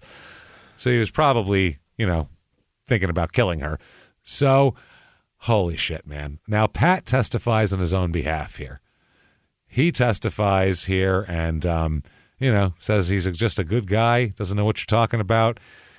He said, last time I saw Hippie was on October 17th. I took him home from work at 11 p.m., I don't remember that particular night, but I know I didn't kill anybody. And the usual routine was I'd go to the store after work, and then I'd take him home, and that was that. He said he would go to the Western Lounge until it closed at midnight. He said then he thought that they went to West Point that night. The next day, Pat was supposed to be at work at 11 a.m. He overslept, didn't get there till 12:17, or didn't call till 12:17. That's based on his mother's phone bill from West Point. So he's got to put himself in the places where they know he is. He denied killing anyone, though. He said that he did not have a reason to be angry with Hippie at that time.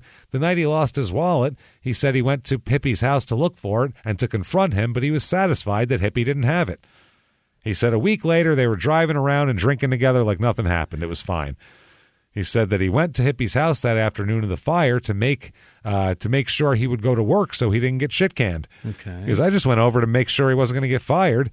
He said I called out for him. No one answered.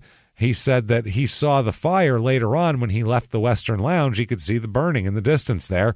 And he said he didn't stop because he'd been drinking and there was cops at the scene. So, for the most part, though, he said, I don't know anything about it. I didn't make any incriminating statements to Denise or 10 different people who I've told that I murdered this person or said he joined the Foreign Legion or whatever it is. Denies it all. Right. Defense closing argument. Bobby Massey, who is their defense attorney, he told the jurors there that he said that Pat caught his wife having an affair.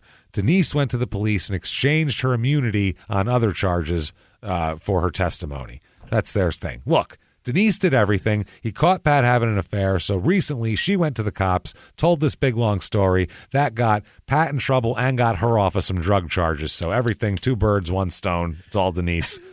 Very thoughtful. Mic drop, yeah. Peace out. That's what he says, basically.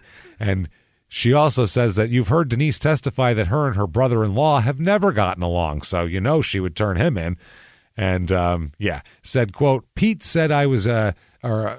said, quote, Pete said I was just as guilty as they were. Pete said, who are they going to believe, you or the both of us? That's what the prosecution says. Come on, believe her. I'd believe her. I believe her.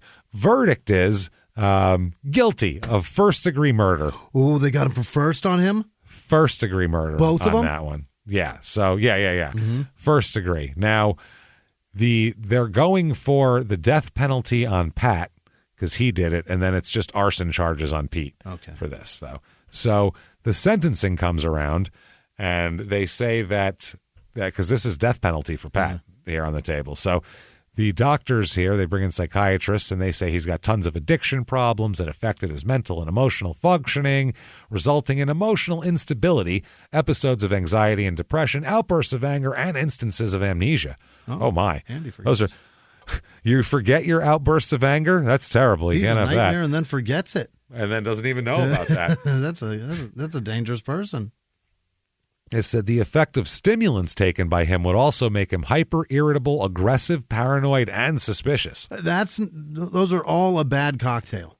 Yeah, those are all, that sounds like meth. When he takes meth, he acts like he's on meth, is what he just said. Horrifying citizen.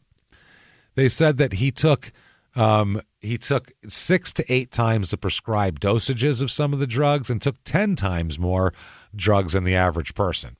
Said that in addition to alcohol and illicit drugs, he also abused Halcyon, Dedrex, Preludin, Fastin, Lonamin, Valium, phenobarbital, Seconal, Demerol, and Mepergan. All of it. Those are a lot. Yeah. Those are all a lot.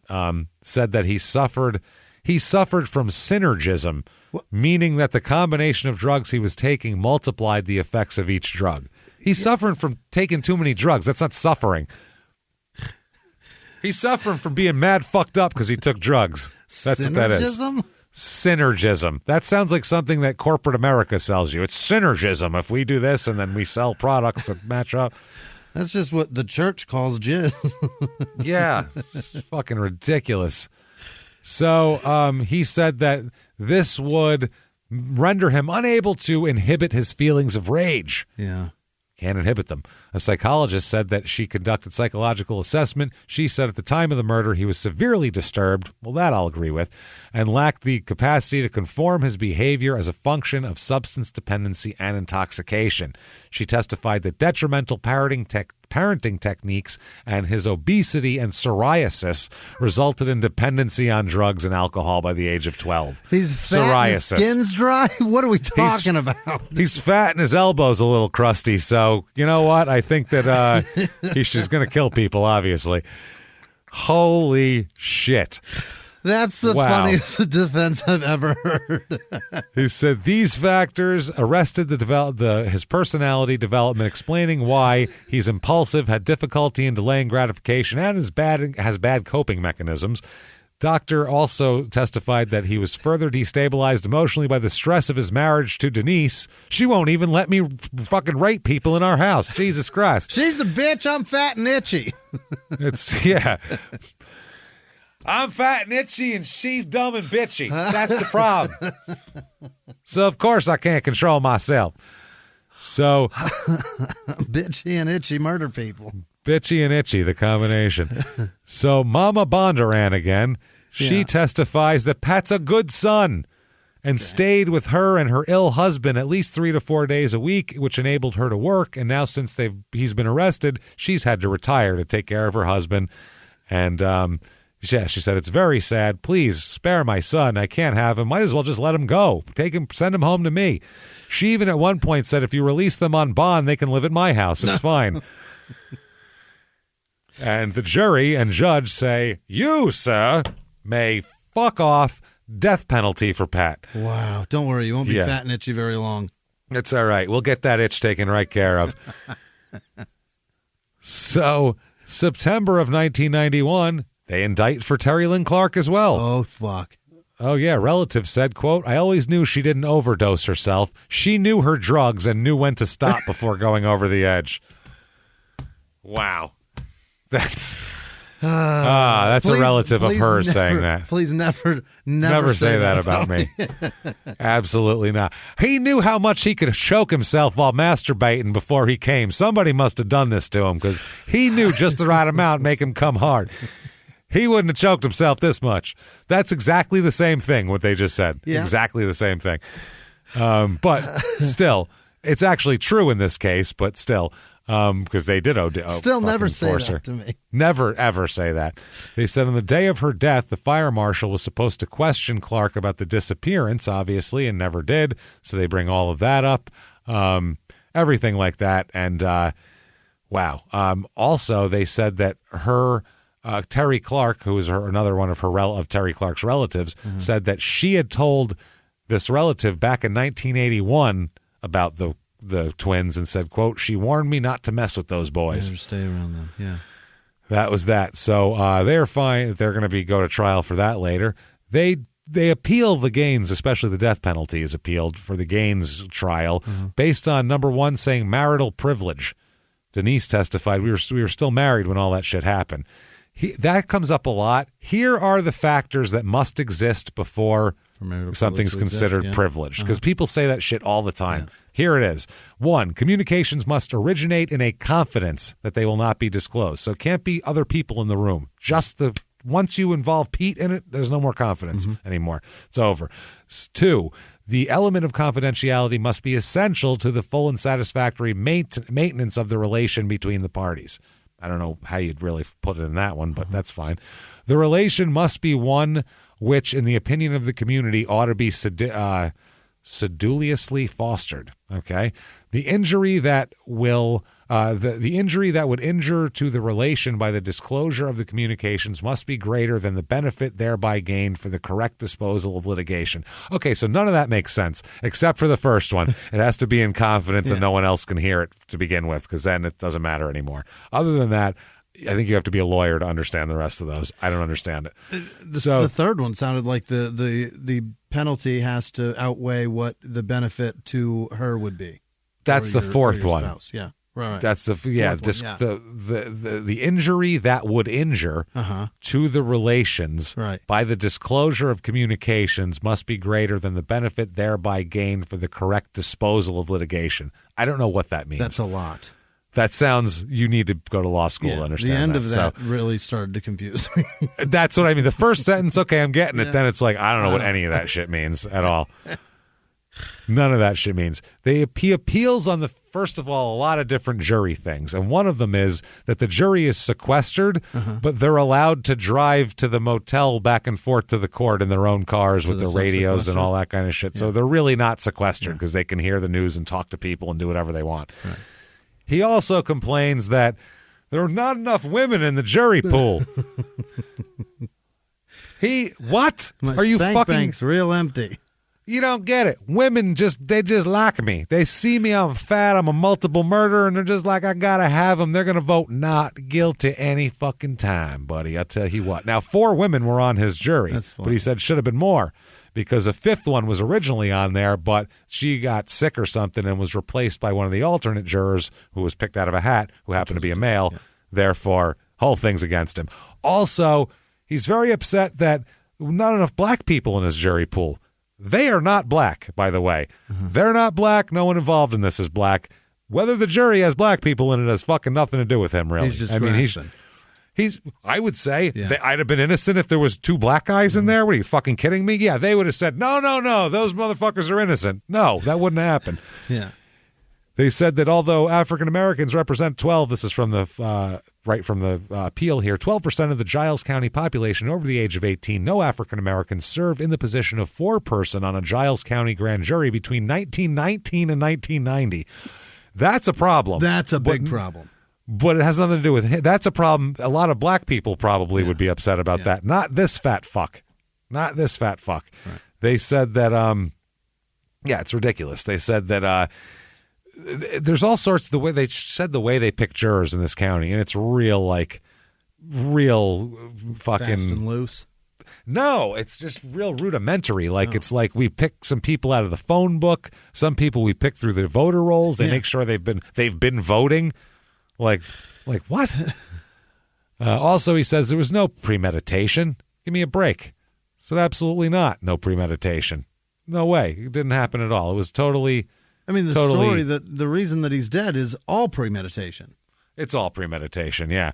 Then they said also the ineffective assistance of counsel, because they said the attorney was only making $30 for in-court hours and $20 an hour for out-of-court hours. Therefore, he didn't do the case right. So the salary matters. Yeah, and the judge said, well, that's fucking stupid. Yeah. And then, so the verdict comes in, and they order a new trial for him. Because they said that they allowed sequestered jurors to drive their cars to and from the courthouse, which may have exposed them to radio reports regarding the proceedings. So, and the judge said the judge allowed a court clerk to use a telephone book to select potential jurors after the regular jury pool was exhausted. They went through the phone book and pointed to people. That's how they got jurors. So That's fucking ridiculous. None of these procedures were followed, they said, of any of what you're supposed to do. It's a 2.5 mile drive to and from the courthouse. They let him drive, everything. Now, there'll be more there. Later on, the Bondurant parents file a lawsuit against the state the county? Because they were held for a minute after when they were pulled over with their son, and the father collapsed and had a seizure because they held him. The whole thing. So, yeah, I don't think they got anything from it, though.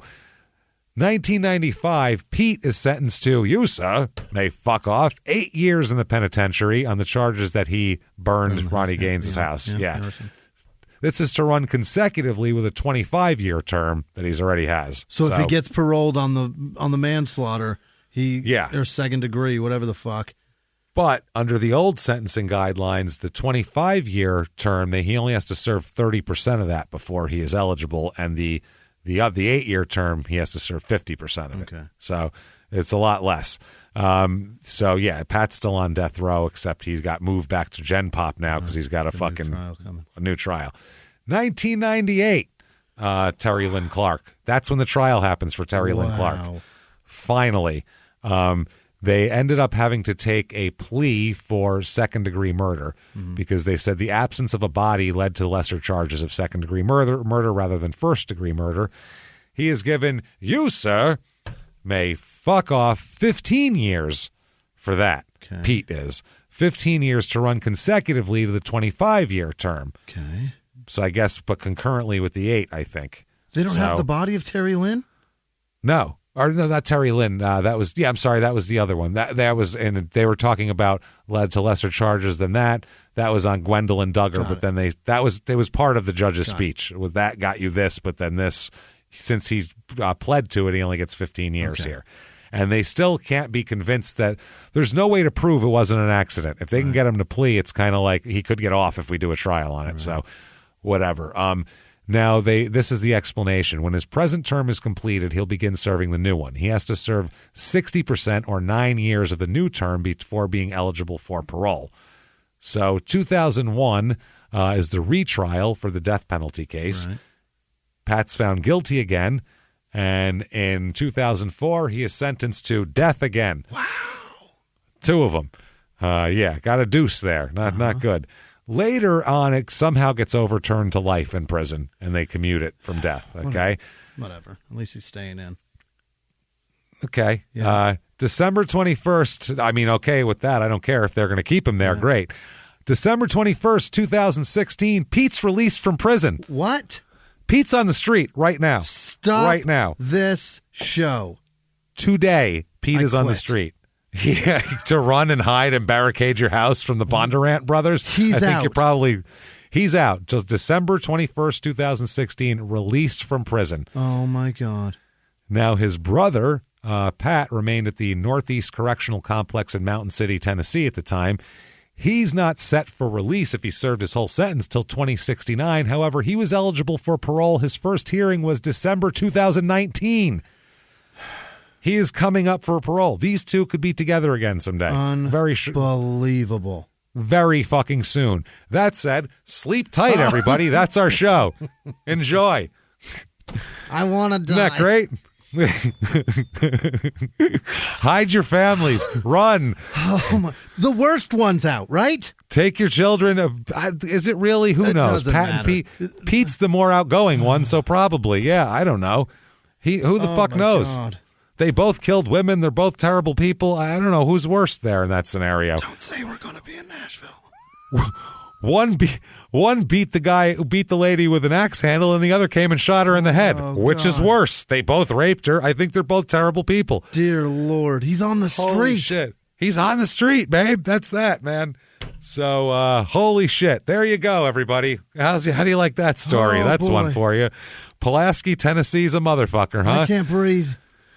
Oh, that is scary shit. While Jimmy's catching his breath, I will tell you, if you want to catch your breath while you're doing that, give us a review on whatever platform you're listening on. It helps a lot. Give us 5 stars. Doesn't matter what you say. Say something nice, though. It helps drive us up the charts. Follow us on social media, @MurderSmall on Twitter, @SmallTownPod on Facebook, at Small Town Murder on Instagram as well. Hedo Jimmy's still got his hand over his mouth. He hasn't stopped yet. I love it. He's just in shock.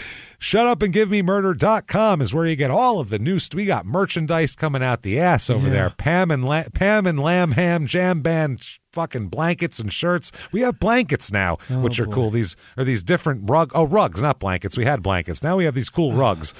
Get some of those rugs. Get that. Get your tickets to live shows like September 10th at the Pabst in Milwaukee. It's almost gone now. It's almost sold out. So get in there. It's a big theater, and we're going to pack that bitch and have a huge, insane, great time. September 23rd, 2 shows, one night at the Tampa Improv. Those are both going to be different shows. And then Orlando the next night. Those will both be different shows too, but the same 2 shows as Tampa. Right. So there you go. Late night, early show. Got both of those. Get your tickets right now. God damn it. Come and see us. ShutUpAndGiveMeMurder.com. Patreon.com as well as what you want. Patreon.com/Crime and Sports is where you get every bit of bonus stuff that we put out. Crime and Sports bonus, Small Town Murder bonus, the whole back catalog, 100-something episodes on there. You get it all for the price of a cup of coffee a month. Right. That's it. It's $5 a month or more, whatever you want to do, and you get access to everything we put out this week, and it's every other week you get 2 new episodes. This week for Crime and Sports bonus, we're going to talk about Brett Favre and his little freckly penis that he wanted to send everybody, his little freckly pecker. And then we'll also talk about some other sports sex scandals, ones that are more funny, like the female golfer who forced her caddy to impregnate her, allegedly, risk of losing his job, some weird shit with Gary Payton and strippers. There's a bunch of weird stuff we'll talk about. Great. Then for Small Town Murder, we're going to talk about 2 of the worst people ever, Charles Eng and Leonard Lake. And we're going to do it a little bit different rather than go down the basic thing that everybody does. We're just going to kind of talk about them in their own words and what their own words say about them. Because from diaries and testimony and drawings and everything else, we're going to kind of gather something, a personality, a private personality of these 2 scumbags. And it's going to be wild. Patreon.com/Crime and Sports is where you get it all. God damn it. And you also get a big fat thank you from us because we are just thrilled and humbled that you would give us any of your money. So thank you for that. Speaking of that, Jimmy, who are the most fantastic people in the goddamn world? I need to hear the list. Hit me with them right fucking now. This week's executive producers are Joey Pepperoni Nips and Ruben Barbasol Can Rodriguez. They're going to be at a show somewhere soon. I forget where. Sweet. It doesn't matter. Nip it up. Yeah. Can't wait to see you, Joey. Georgina Eggington, Yeti Shetty up there in Canada. Kylie McLean. Thank you guys so much. Truly. Thank you. It means the most to us. And also, remember, I just wanted to point out that the gal from Australia that came to see us with Tim. Yeah. God damn it. Lucy and Tim, terrific people. Thank you so much. They Happy were fun to birthday, meet, Lucy. Australians. Thanks for seeing us. Yeah, and James made good on getting them drunk, which is did. Yeah, it's always nice to make good on. We did. Other producers this week are Myron Shitstein. Beautiful. Unbelievable. James Jordan, Liz Vasquez, Peyton Meadows, Corporal Carl Kirshner is on vacation. Good for you. Beaver Nicole and baby Kit. Aaron Steigler, happy birthday. Frank the South African Birdwasher. Miranda Schwartzfeger. Ooh, that's a tough one. Happy Hour is back home in Marrero, Louisiana. Brian and Sabrina Matvey, happy first anniversary. Hannah Farley, Justine McNeil at Amy Shark's concert. She just showed me who Amy Shark is. She is an Australian singer, and she's wonderful. Brian Kennedy, Janice Hill, Sarah Surridge, Kelly Higby, David Clark sent me a Hank Banks rookie card, James. Keep your eye out for that. Adam Wyatt, Adam Hill, Christine Kaufman, Dave Lefchak, Rather Not Say, Tammy Corbin, Nelson Martinez, Patricia Velasco, Seth Standby. I don't think that's right. I think that was an autocorrect. There's no way their last name is Standby, right? Standby? Maybe they want to say that. Standby? Macy Cudd, Ryan Fosna, Sarah Moss Miller, Charlotte Lee, Tierra Hedberg, Jack Frazier, Joshua Clauser, Margaret DeShong, Stephanie Lemming, Kate with no last name, Jackie A., Denise Barton, Sarah Hill, Rope with no last name, Dylan Purdy, maybe of the Purdy paintbrush fortune, Darren Deeks, Shady Grifter, Grace with no last name, Kelly Bell, Laura Lockie, Kim Ramelli, I think, Carrie Smith, Night Nurse Kimberly, Deandra Iacoviti, Yeah. Sounds delicious. Kayla with no last name. Lauren Burmett. Carrie Steisen. Nope, that's not right. Brandy Renee. Aisha Lenore. Brenda Huser. Susan Borman. Shane Fitzgerald. Kiki with no last name. Kara Kinney. Allison with no last name. Amy Larson. Philip Ken Cush. Luis. Nope, that's Lois. Lois Hanslick. Mary Dixon, K. Elshoff, Dean Bailey, Marley Langan, Brett, Lindicke. Don't Lind on it.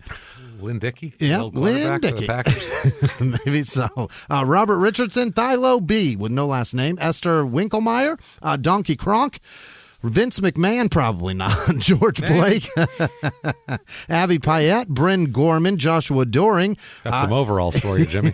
Andrew CZ, Charlotte Jermaine, Jesus, Jesus Sicareros. That's not right. Adele Lemonager.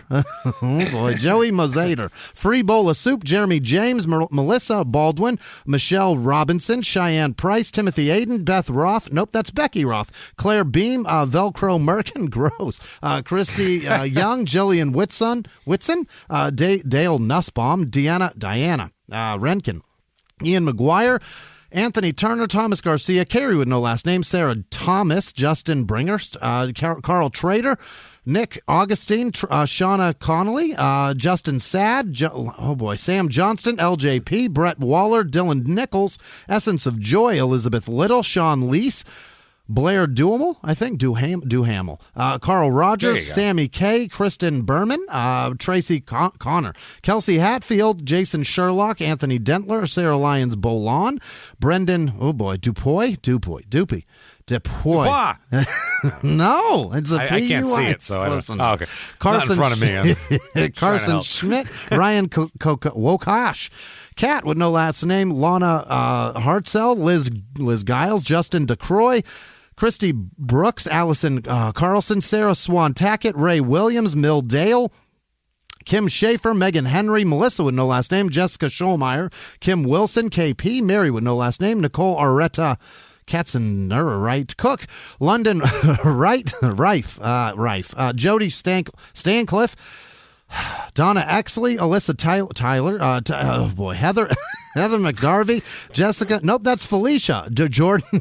Those aren't close. Not even close. Samantha Severs, Brenda Mankey, Scott Hoagland, Bob MacArthur, Avery Shoup, Stephen Walden, Tina Rigel. What is this? David Chaplin, Lori Pohl, Sarah Beast, Jenny Soros, Roxanne Cates, Jamie Watson, Ada Reynolds, Carlos with no last name, Maria Duke, Megan Ciafulo, Doug Armistead, Bradley Walter, Maiden Goldblood. That's not right. Cindy Gums, Brandon Blum, Kai Ventura, Mikkel Ellis, Teresa Bergen, Anna Cape, Shatsy Olsen, Rosanna Farrell, James Smith, Riley Triggs, Tiff Coleman, Maddie Campbell, Rebecca Burton Tish. Claire Wingert, Elliot Hines, it's falling apart. Shania. Wheels are falling off, man. Nesta, Stephanie Hernandez, no fabulation. Wendy Jones, Wyatt Brown, Gregory Ron, Elizabeth Aries, Rachel with no last name, Brandy Janae, Luis Gadiel, Jose Lorenzo, oh my God, Megan Brown, Jessica Wilson, Stephanie with no last name, Deanna Hayes, Timu, Jarvin sounded like what the fuck was that? I sounded like a two-stroke motor. Rin Tin Tin. The fuck did you just say? Brian Eichelberger, Mike Jacoby, Allison Wright, Mulan Yanni, Zach Stubblefield, Allison Deutsch, Jeff Gergel, Jessica Bedsall, Stephen Vroman, Madeline Barber, Shannon Scherer, Curtis Blystone, Amy Furman, Jessica Cole, Joseph Tempert, Marquise Ellis, maybe Marcus, Nicholas Pappas, Mark Lapham, Matt Clutchy, Sam Ziprick, Josh Ruffin, Yasmin White, Casey Hoare Smith, Tyler Warner, Jen with no last name, Jennifer Daniels, Margaret Tuthill, Tootle, Jake Scoggin, Manny Sanchez, Maud Griffiths, Molly Knudsen maybe, Softy Spencer, Lily Parmenter, Wes Kramer, Nicole McCafferty, I almost called her Crafferty.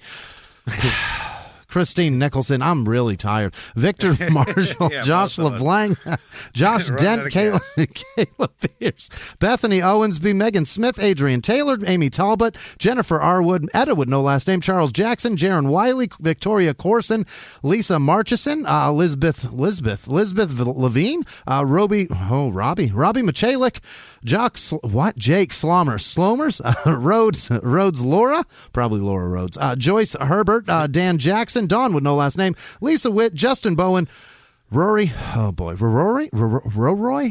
Lefesky? I don't know. Ruh-roh. Martha Para, Sean with no last name, Casey Jablonski, Katie Long, Corey with no last name, Sarah, nope, that's Salamander, Catherine Simmons, Gabby Galentine, Jamie Seth Schlegel, Evan Adair, all of our patrons and everybody that comes to our live shows. Thank you so much. Thank you, everybody, so much. You're amazing. From the bottom of our hearts. It's been a wild. This was a packed story. This was like a sausage where the casing was popping, like a 350-pound twin sausage. And you grill it, it splits. Pow! And fucking fennel seeds take your eye out. That's how it's going on right now. Oh, God damn it. So if you want to follow us on social media as people, as humans, not as a show, you can do that also. Just go to the site, shutupandgivememurder.com, and follow the links, or just Google search Small Town Murder Podcast Host. There's only 2 of us. You can't miss us. That said, thank you for everything. Thanks for hanging with us. Hope that you are less horrified than we are that this man is on the streets. And until next week, everybody, it's been our pleasure. Bye, Pete.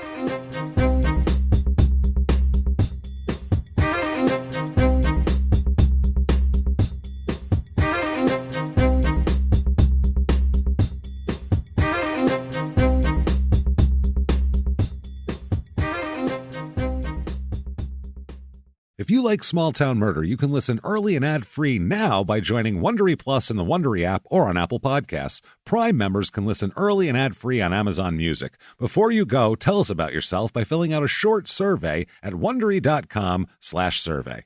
A few miles from the glass spires of Midtown Atlanta lies the South River Forest. In 2021 and 2022, the woods became a home to activists from all over the country who gathered to stop the nearby construction of a massive new police training facility, nicknamed Cop City. At approximately 9 o'clock this morning, as law enforcement was moving through various sectors of the property, an individual, without warning, shot a Georgia State Patrol trooper. This is We Came to the Forest, a story about resistance. The abolitionist mission isn't done until every prison is empty and shut down. Love and fellowship. It was probably the happiest I've ever been in my life. And the lengths we'll go to protect the things we hold closest to our hearts. Follow We Came to the Forest on the Wondery app or wherever you get your podcasts. You can binge all episodes of We Came to the Forest early and ad-free right now by joining Wondery Plus.